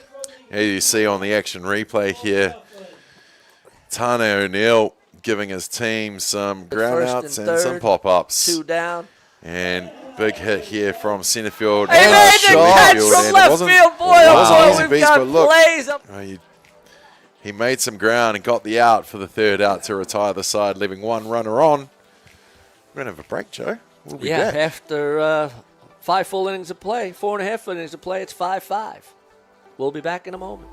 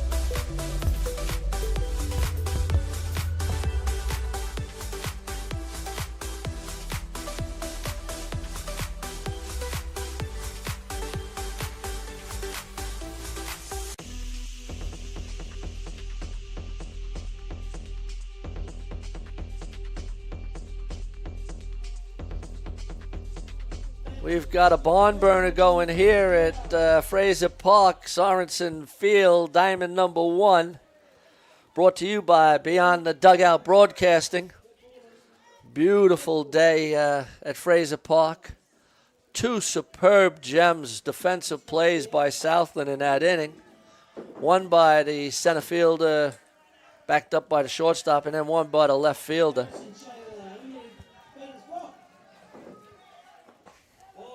Swing and a miss. Harrison Shayla on a changeup. Yeah, definitely took some speed off that one to get him swinging.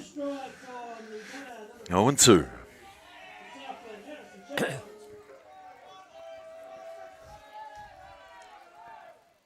Ooh, good pitch. George Smith came back in that batter and first came in and he was a little erratic, and now he's just now come in and peppered the strike zone. So whatever the coach had maybe mentioned to him. And that was a nice rise ball he threw there. Yeah, that was a good pitch. Got him chasing it with 3 straight to get the 0-3 strikeouts. Nice pitch, just down a little low. You could see he didn't agree with that one. He wanted that. Oh, Brody. He's going to have a quick talk. If you don't agree with my strike zone, mate, can keep it to yourself. Yeah, you. I think that's what he said.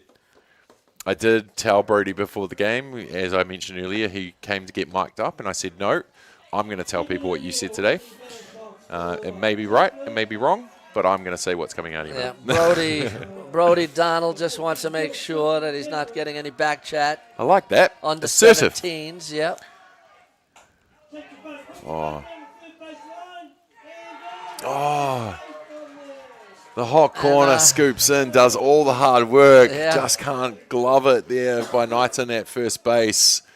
And you see here from the replay, the rise bunt down the third base line, scoops it up, the throw on the run, and just unable to take it at first. Yep.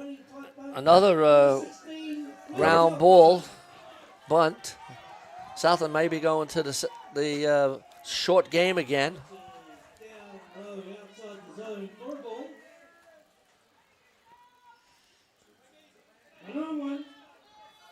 One down, 1 ball, no strikes, runner at first.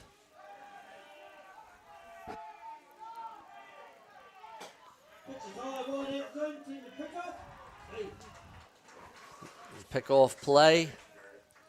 Gotta love confident catchers just throwing the ball, having the confidence in their teammates to let rip. Especially in a 5-5 ball game, pressure's on. Yep. I mean, you're glad you threw it. The right fielder didn't move, so you're glad the first base got it. That ball's up. 2 balls, 1 strike. George Smith trying that. 3 balls, no strikes, sorry. Oh, I thought it was a strike as well, but George Smith trying that rise again. 3 balls, no strikes.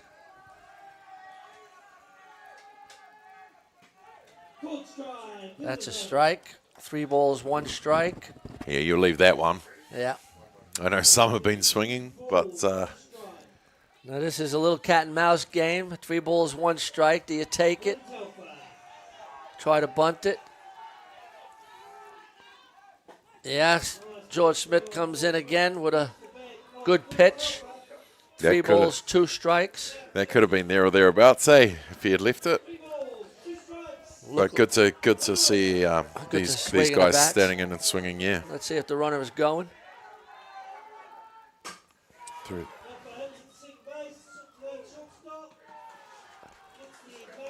Fielder's choice. Ratu gets the out at second base. They try for the one at first, but that will be the second outs of this bottom of 5th. Yep, brings up number 5, William Patton, the right fielder. William had a base hit on a bunt his last time up, and they played the short game.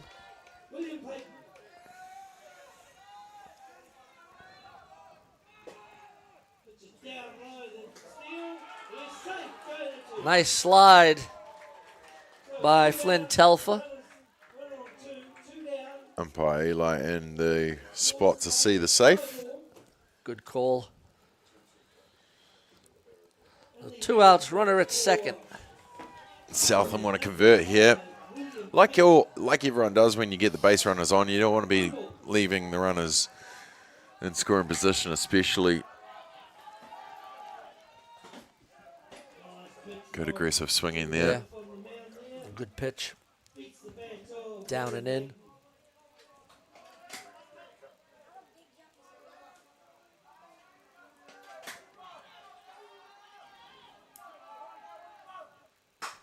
That's popped up. He makes the catch on that little tricky fly ball. Yeah, an important catch there. You didn't want a ball hit in the outfield and Southland getting a chance to convert that run for the go-ahead run. But Canterbury make that third out. Yep, well, after 5 full innings of play, it's Canterbury 5, Southland 5. We're going to into the top of the 6th when we get back.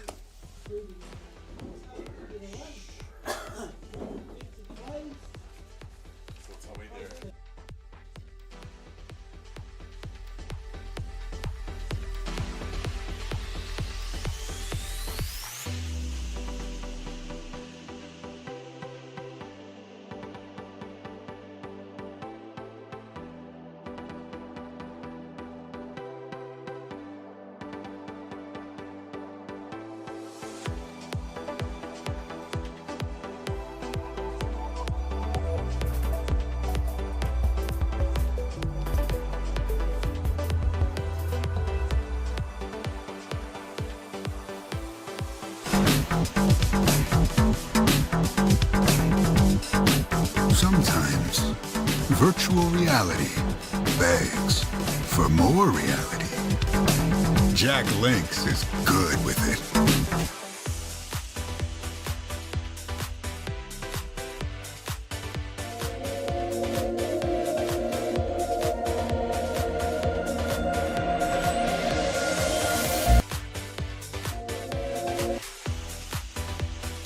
Okay, we're back at Fraser Park in the top of the 6th inning.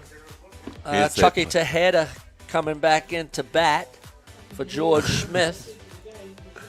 Just seen the replay from the last innings. Where you got to always back up your bro. Bounces off the glove and the shortstop gets it. Yeah, I mean, there was some speculation that it bounced off the glove, the head, and then was caught by the shortstop. The Falcon call was made. And we get to slow it down to confirm it wasn't.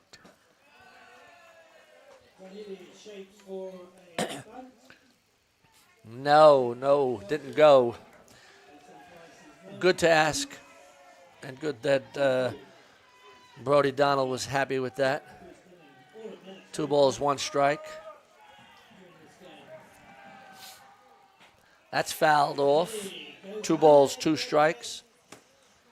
Top of the 6th inning, Damien. Who would have thought when it was 5-0 Canterbury?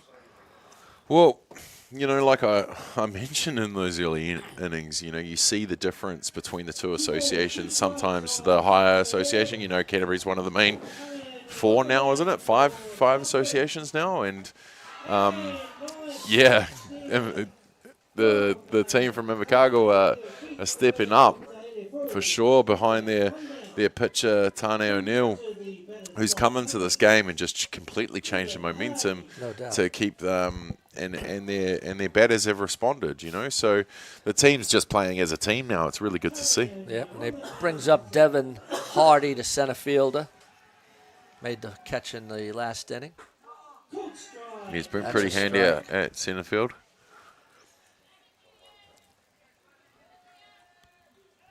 In the tricky Zephyr light breeze of Fraser Park.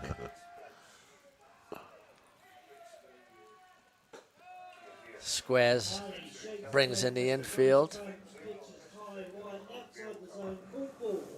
1 ball, 1 strike, 1 down, top of the 6th. Nice cleats. New Balance. I know you like your, what do you call them? The ones in the batter's box, if you want to zoom in there, Kerry. You want to zoom in on the... Jordan 1 mids, I think. The mids. No, not those ones. You have a pair of those? I have a couple pairs of those. The red and black? Nah, not red and black. That's a little up. Ooh. Angles. Nice little rise ball. Good call. 3 balls, 1 strike. 1 down. Tani Barron down. That's a swing on a beautiful pitch. Yeah, that was a great pitch there. 3 balls, 2 strikes. Looked like he took a little off it.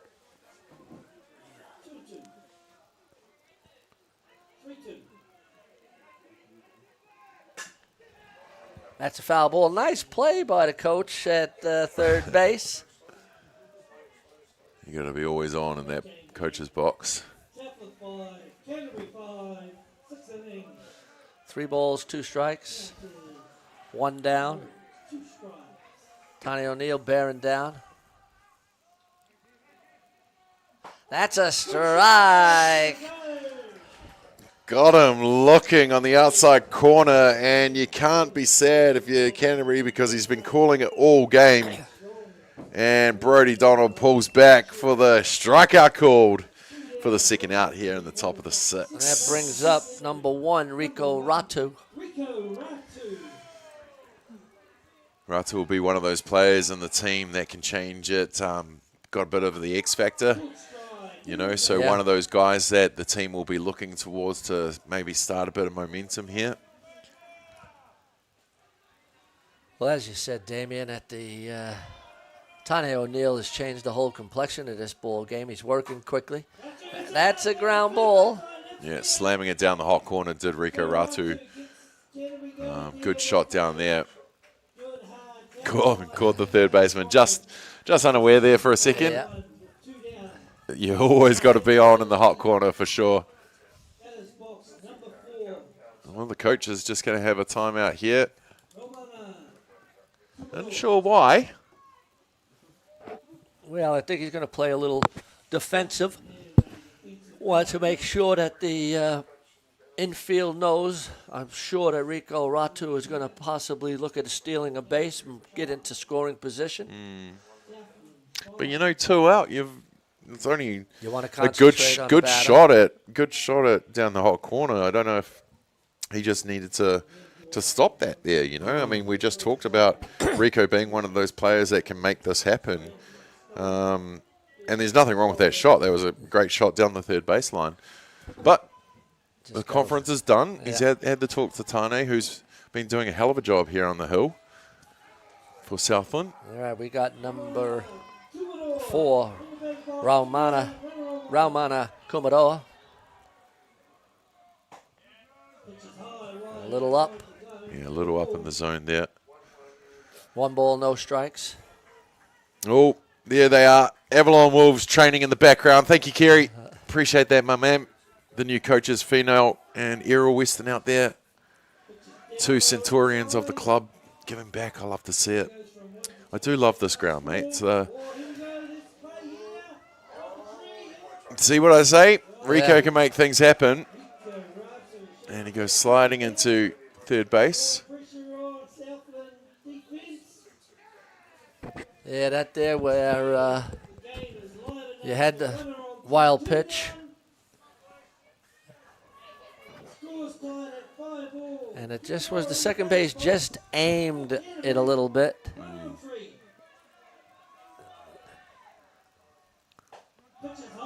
Just keep calm out there, young fella. Yep. So the runner was at first, is now at third. Crucial part of the ball game.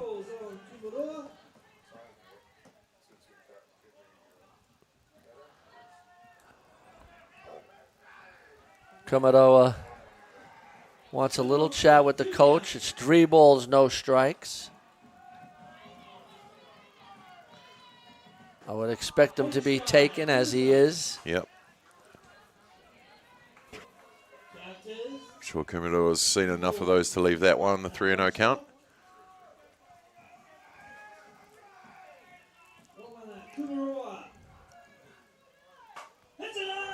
It's a hard to left base field. Hit. Ooh. Kumaroa. And yeah, that was a costly wild pitch.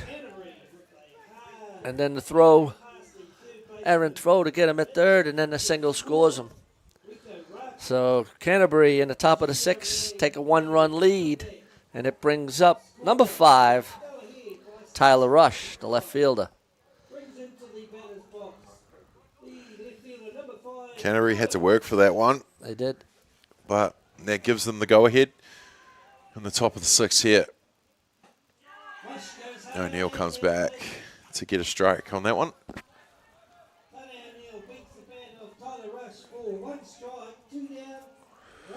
I mean, you can't be too disappointed. Good hard hit balls there from. That's a pop up. It is a pop up. Almost lost it in the sun. Yeah, it was a nice play. The left fielders made some good plays today, and left field obviously with the sun and that light zephyr, but that ends the inning. But not after Canterbury take a 1-run lead, and after 5.5 innings of play, it's Canterbury 6, Southland 5. We'll be back after a word from our announcers.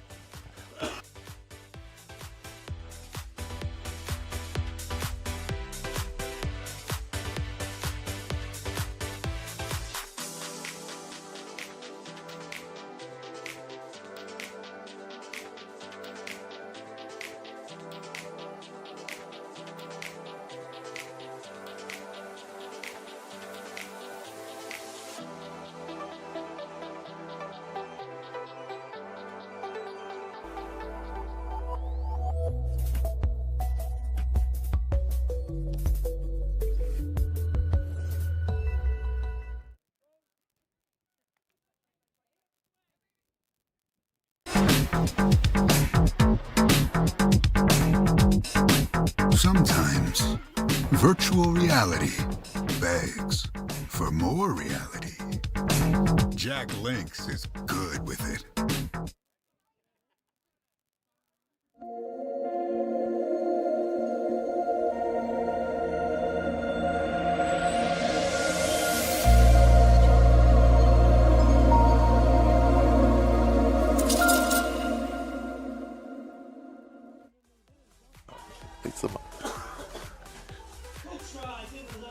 All right, welcome back, everybody.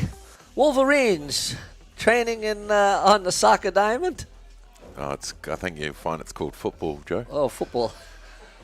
No, I was lucky enough to be at the stadium last night, being the ground announcer for the Wellington Phoenix. I don't know if it's lucky enough, but a draw. Definitely not my sport, but I might have said soccer once and got a slap. All right. So football. Football. Brings up number 20, Lucas Allison. Looks like he's ready to swing. 1 ball, 1 strike. George Smith, the relief pitcher here for Canterbury, coming in the last couple innings. Took a little bit to get going there. Found his rhythm a bit last at bat. 2 balls, 1 strike. Last field. 3 balls, 1 strike. None down. A lot of them getting angry with the pitching out of the zone, but yeah, keep a cooler head. 3 balls, 1 strike. The hands go up from umpire Donald. There you go. Strike. Clips the knees there across. Clips the knees, no doubt.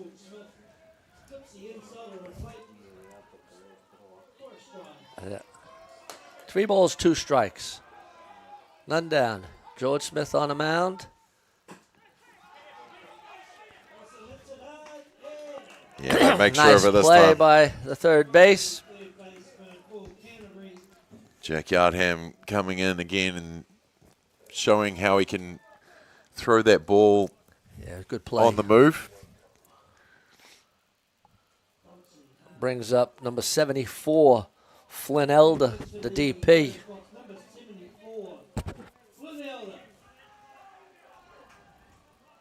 Ooh, just aggressive back slapping with the bat there.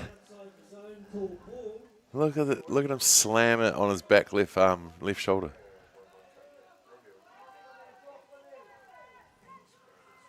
Angry. You leave That's that outside. 2 balls, no strikes. Under 17 boys.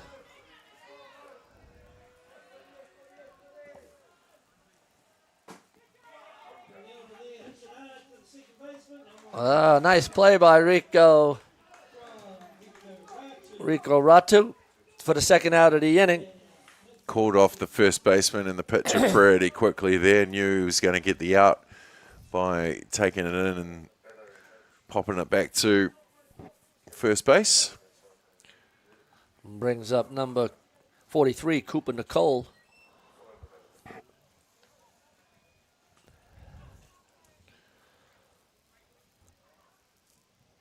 Cooper had a base hit in that big inning for Southland. It's 2 down, bottom of the 6th.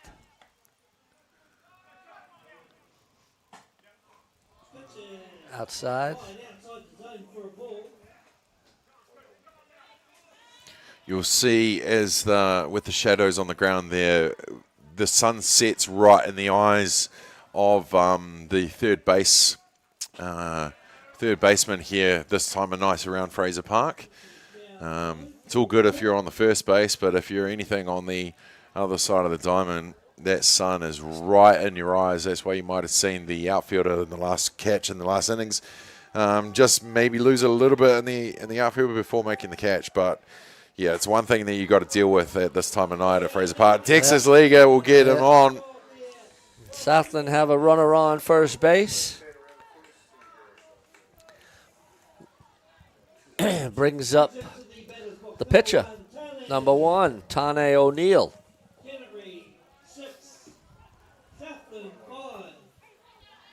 2 down. It'll be interesting to see if they put Cooper in motion. Bottom of the 6th here, you're down by 1. You want to take every opportunity. 2 outs. They're sending him for short. Eli in position to call him out on the tag. You got to do it though, eh, Joe? Oh, no doubt about it. It was a bang-bang play. The catcher made a perfect throw on the right side of the bag. Here it is. Good pitch as well. Yeah, that was a good pitch, but here's the throw.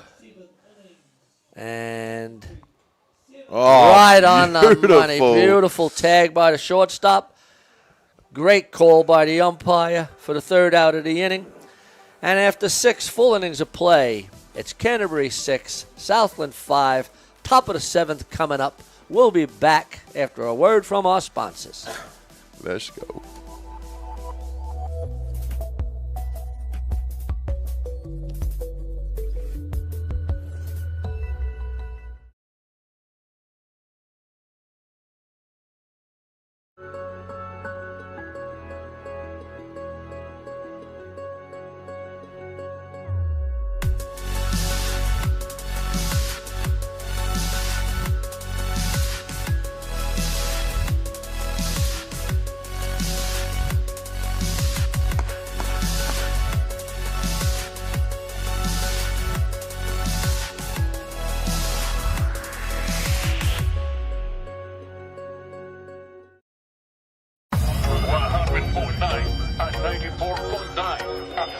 When the radio's on and the sound's hot, you just have to enjoy. There's no way to stop. That's where it sounds like the best every day of the week. Better than all the rest. We let the music speak. All the best throwbacks, 90s and more. Atiawa Toa. All the best throwbacks.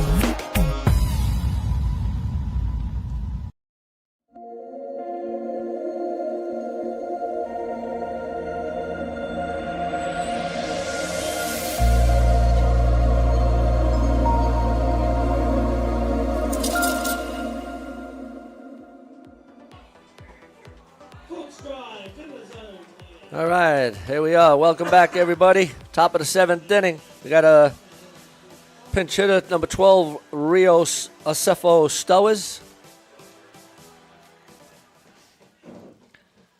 Acefo is another Number 12. Another name down from South. Yep. In softball terms. Acefo Stowers, yep.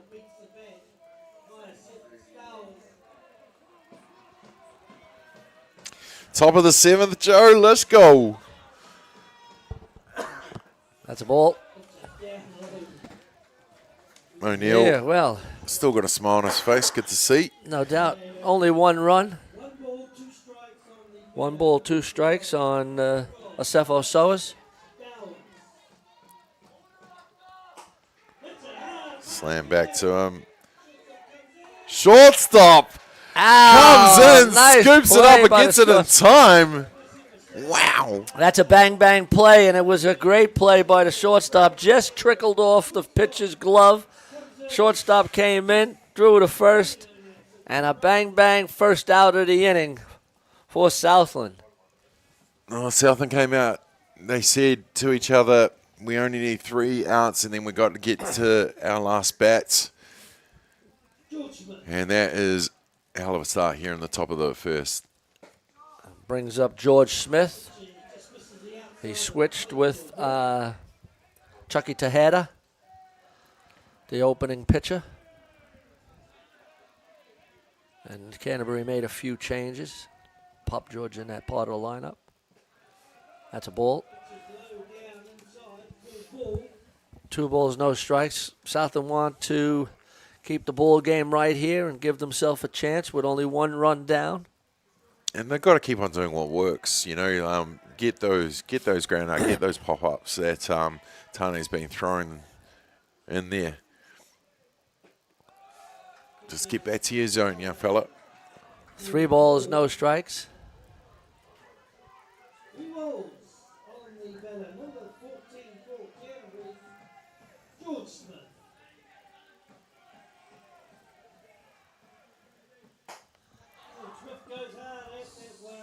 Oh, not happy. Oh, nice play by the shortstop and the tricky little Zephyr Breeze. But hitting with 3-0, Damien. Yeah. And Yeah. popping it out.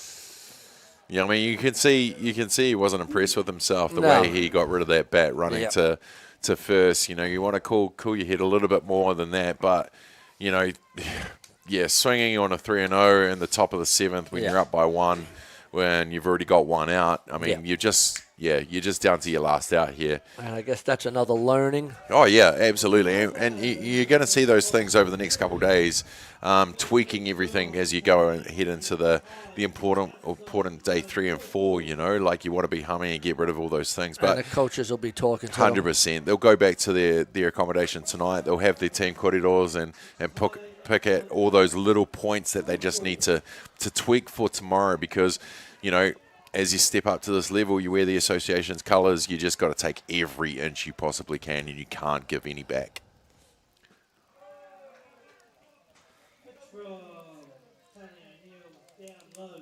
Three balls, no strikes again. So swinging? Tane O'Neill, I don't think he'll be swinging on this one. Oh, you're definitely swinging back if you're swinging at this. To the zone. Oh. No? Okay. Angles. It is a little bit of angles. I mean, not that everybody has them. Not that I'm directly behind home plate or anything. I literally am. Bryden Donald, you know, might have had a lesson or two from Tommy Downs.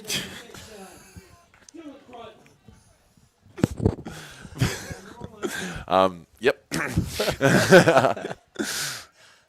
I've already used my get out jail for a ground ball. And they've left through it open. That's some heads up base running right there.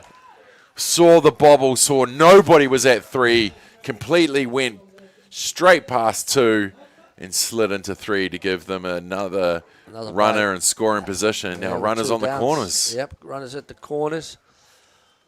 The catcher's stepping up and making something happen with the hard hit shot to the shortstop, and I mean, if that ball had gone to glove, you'd be pretty confident with the way he's played at shortstop that he'd make that play, Telfer. But he's made. Sorry, Neil. Yeah, he made the shortstop made 2 beautiful plays. Yeah. 6-3 ground ball, pop out to 6, and then now Chucky Tejeda is going to be coming back up. They flipped the lineup. And, they got Tejeda's back up. So Smith was in here somewhere. And Chucky Tejeda is back up. And let's see what happens here. 1st and 3rd, 2 runners down.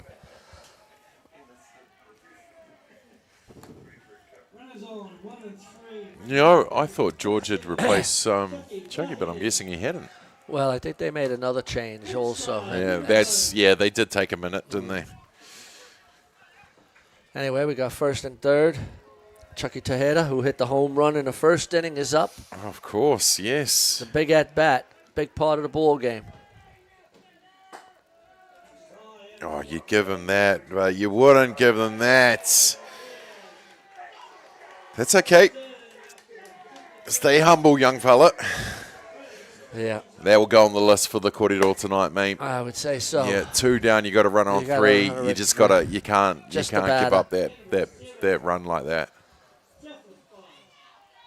But again, learnings. Yes. Day number 1, you can't win nothing on day number 1. But as long as you're honest about it, mate, take those learnings into day number 2. That stuff won't happen. Even, figure out a trick play to... The first and third, Yep, the 1-3 absolutely. play. No doubt. Yeah, it's... But good that he backed himself as well. you know? Yeah.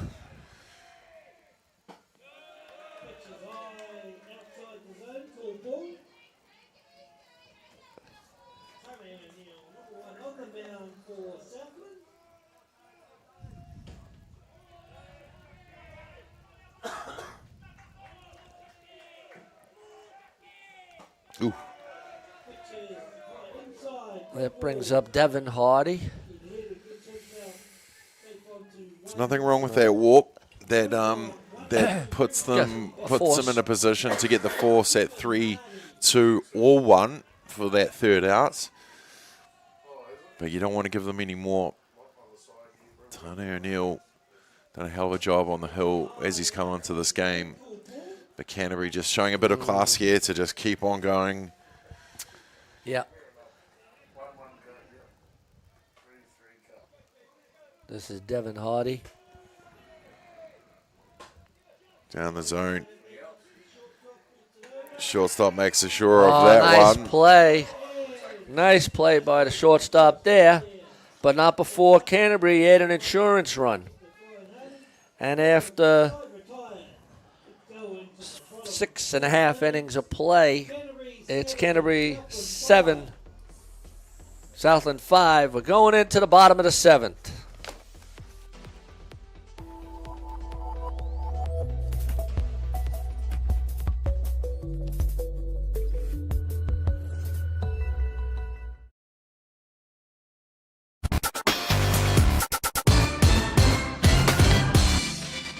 Hi and welcome to Te Rao Tirukura. Kia ora, my name's Pinamo Praise. Kia ora, I'm Neil from Vibe. Tēnā koutou, welcome to Te Rao Tirukura. It's going to be an awesome day.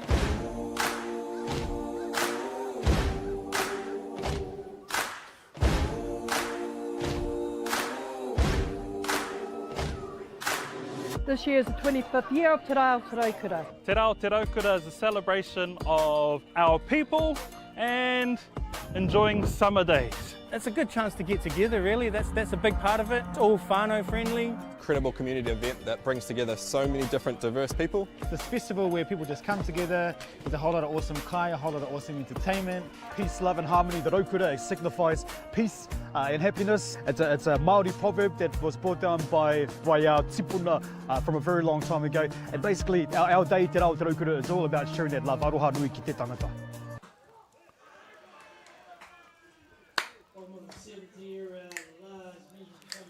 Brings up Tane O'Neill. He's got his cleats on, so he's got to change those shoes. Come on, Tane. Sure, you got the... Yeah, it's one of the things here at the artificial turf here at Fraser #1, now known as Sorensen Field. You cannot wear metal cleats. You can pitch in them, you can play in the outfield in them, but you cannot bat in the infield in them. Yeah. But it's good that Tane was observant with that and called time out, respecting the Sorensen Diamond and Fraser Park. Gots to.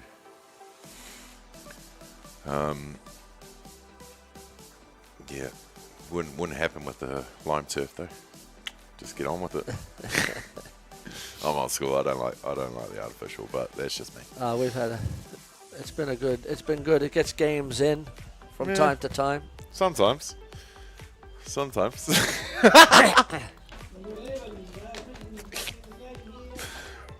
All right, we got Tane O'Neill up, none down, bottom of the 7th. Canterbury leads 7-5. Bottom Here we go. of the 7th. Let's go. 2 runs in it. Last chance. Last chance. For Southland here to get one up on their big cousins from down the road. Tane O'Neill came into the game a few innings to go and changed the fortunes, gave that Southland team a bit of a momentum to go, and just like that, struck out. Struck out swinging, but You it was players have got aggressive. to yep, absolutely. Number 40, Tate Forbes Murch. He had a big triple, drove in a run.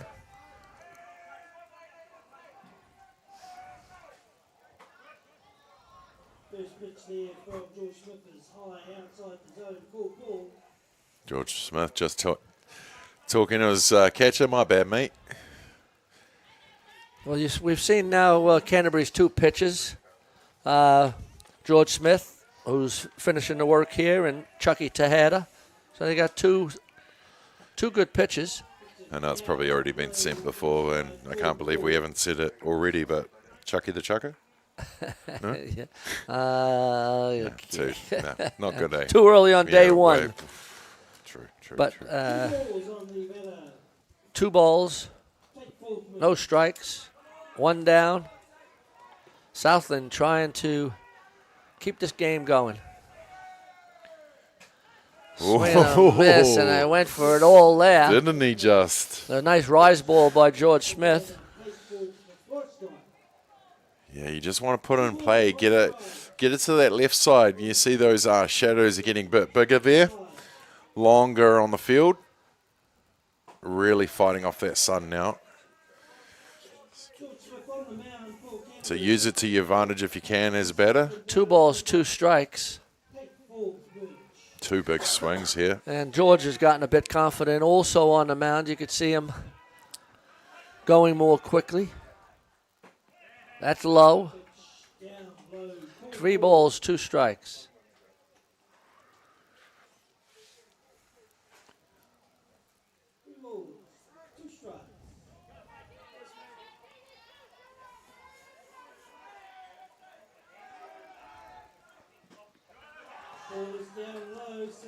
All right, we got a runner on base, and we've got the tying run coming up.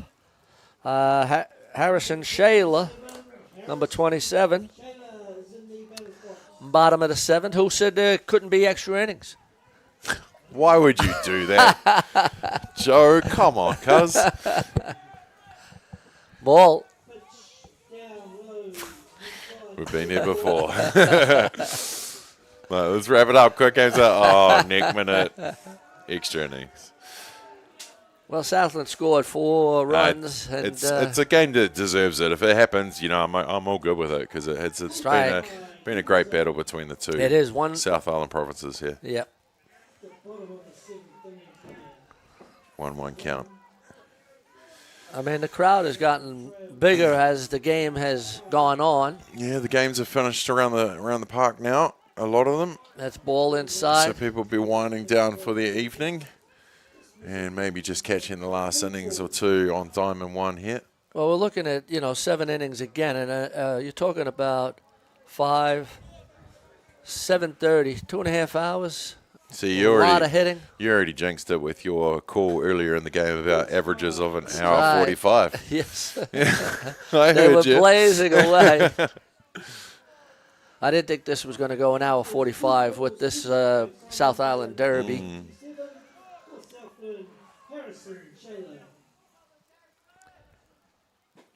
Pitches down low and inside. So we had 3 balls. 3 balls, 2 strikes. Runner on 1 down.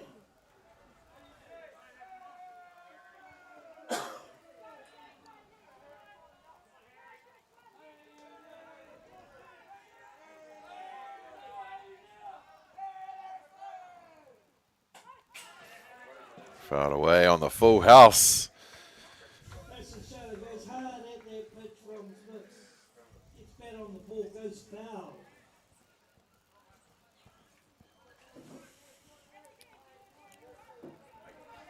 Count remains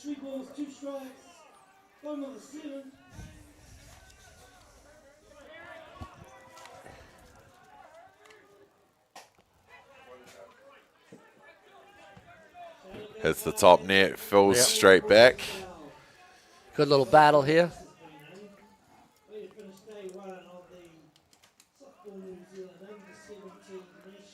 He's definitely having his cuts here in the bottom of the 7th.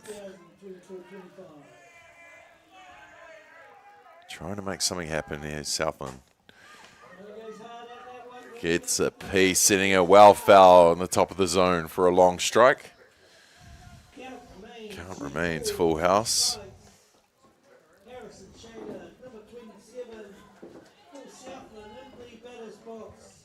Just the one down here in the bottom of the 7th with the runner on 1.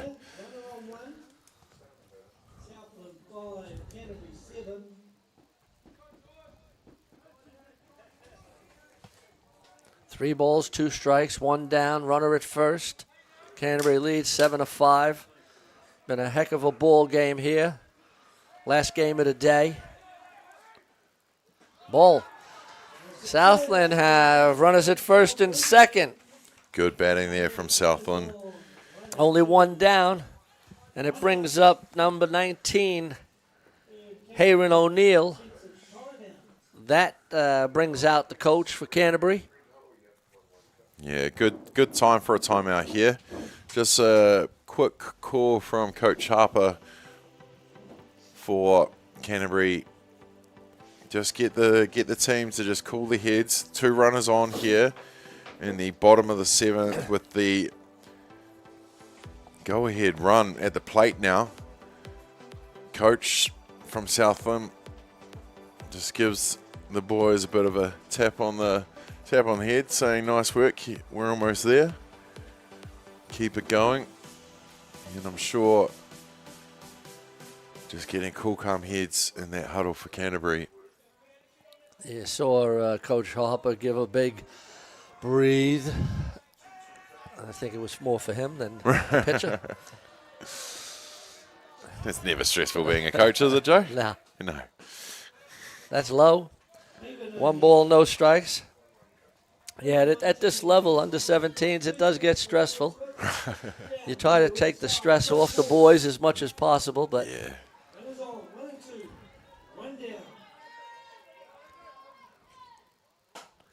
That's fouled off. 1-1 count now.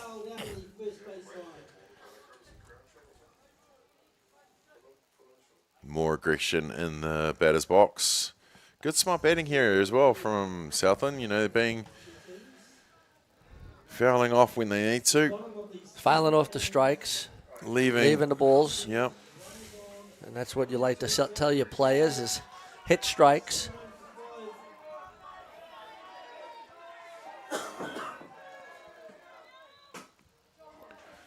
Foul. Some good battles here in the bottom of the 7th. Gotta love it. 1 ball, 2 strikes.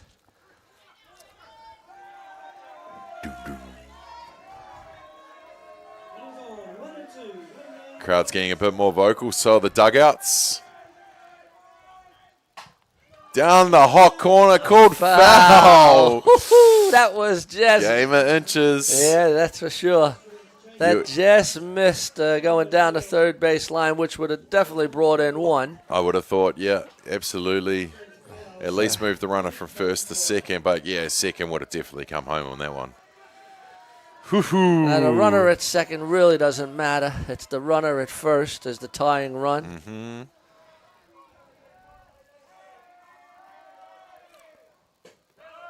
That's low. Good smart batting here.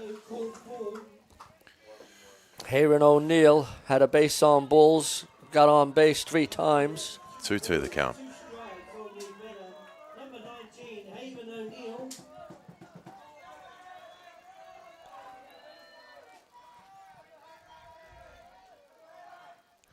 Oh, swing. Good battle won by George Smith this time. Yeah, he did. That was a great pitch. 2 down, runners at first and second. Southland are down to their last batter. Yep, 2 down here in the bottom of the 7th. And it 2 runners on. Brings up Flynn Telford to third base.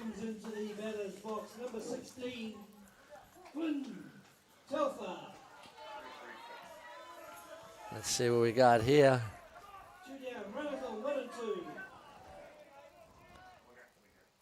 Ball.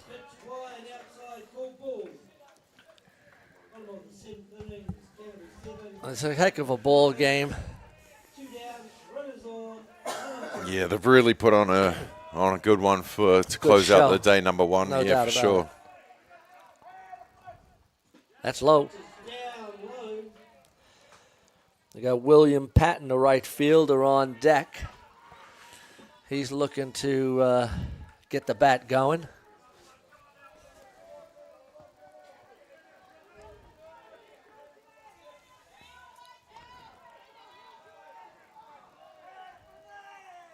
That's low. 3 balls, no strikes. First and second.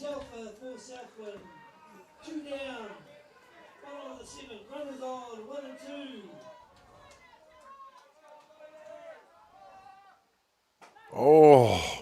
Yeah, he spun that one in there. You just got to be careful. George Smith there, he grooved that one in there. And my eyes would have lit up on that one. Yeah. I know it's a 3-0, but wow. That's ball. Discipline batting Just here from missed. Southland. So you got 2 down, bases loaded. William Patton is up.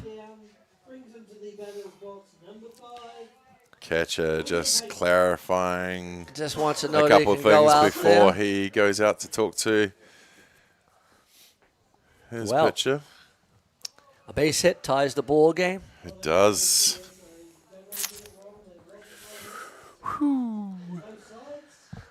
Well,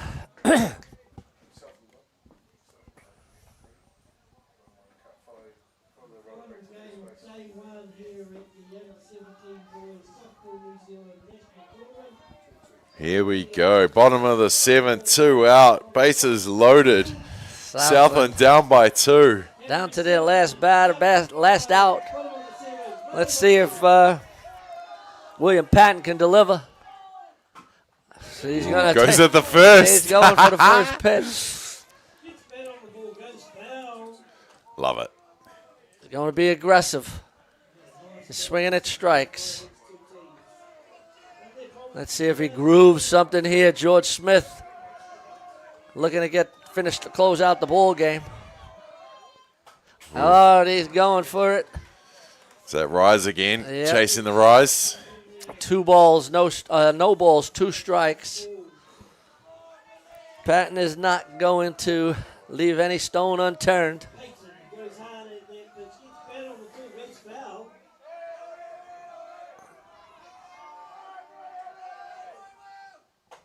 Well, he fouls it off. Gets that early on the handle. He's seeing the ball. He's definitely coming in ready to get one of those gaps out there. Takes a breath.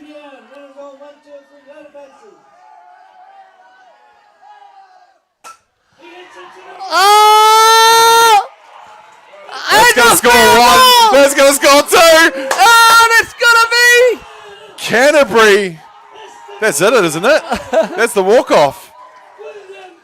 And Bottom of Patton- 7th. Oh, Southland. Southland come through. Win with the a game. walk-off triple Wow. to win the ball game, 8 Wow. to 7. What a ball game! Here's the shot down the right field line. He was being Right aggressive in the all corner. at Look where it bat. drops. Oh. Great shot to hit to right field. Right in the corner.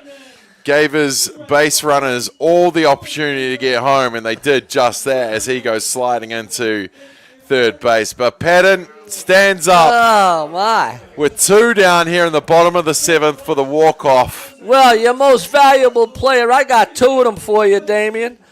I have Tane O'Neill, the pitcher. Absolutely. And then William Patton with the game-winning walk-off triple. What a game. Wow, that was awesome. Southland down by 5-1 earlier on in this ball game.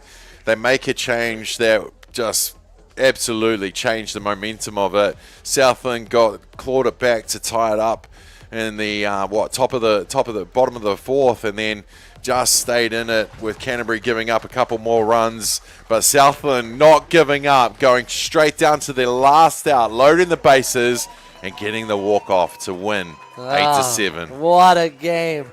Well, glad that I was here doing my first game. Beyond the Dugout broadcasting. And to see a game like that, Southland run out winners 8-7 over their big brothers Canterbury. Very, very cool. Tip of the cap to both teams out there. But Southland, savor this, enjoy it, and take that momentum into day 2. All right, I guess we're going to be signing off. I'm Joe Fariso, Damian Collins, the rest of the Beyond the Dugout crew. And we'll see you all tomorrow. Have a great night. Ciao.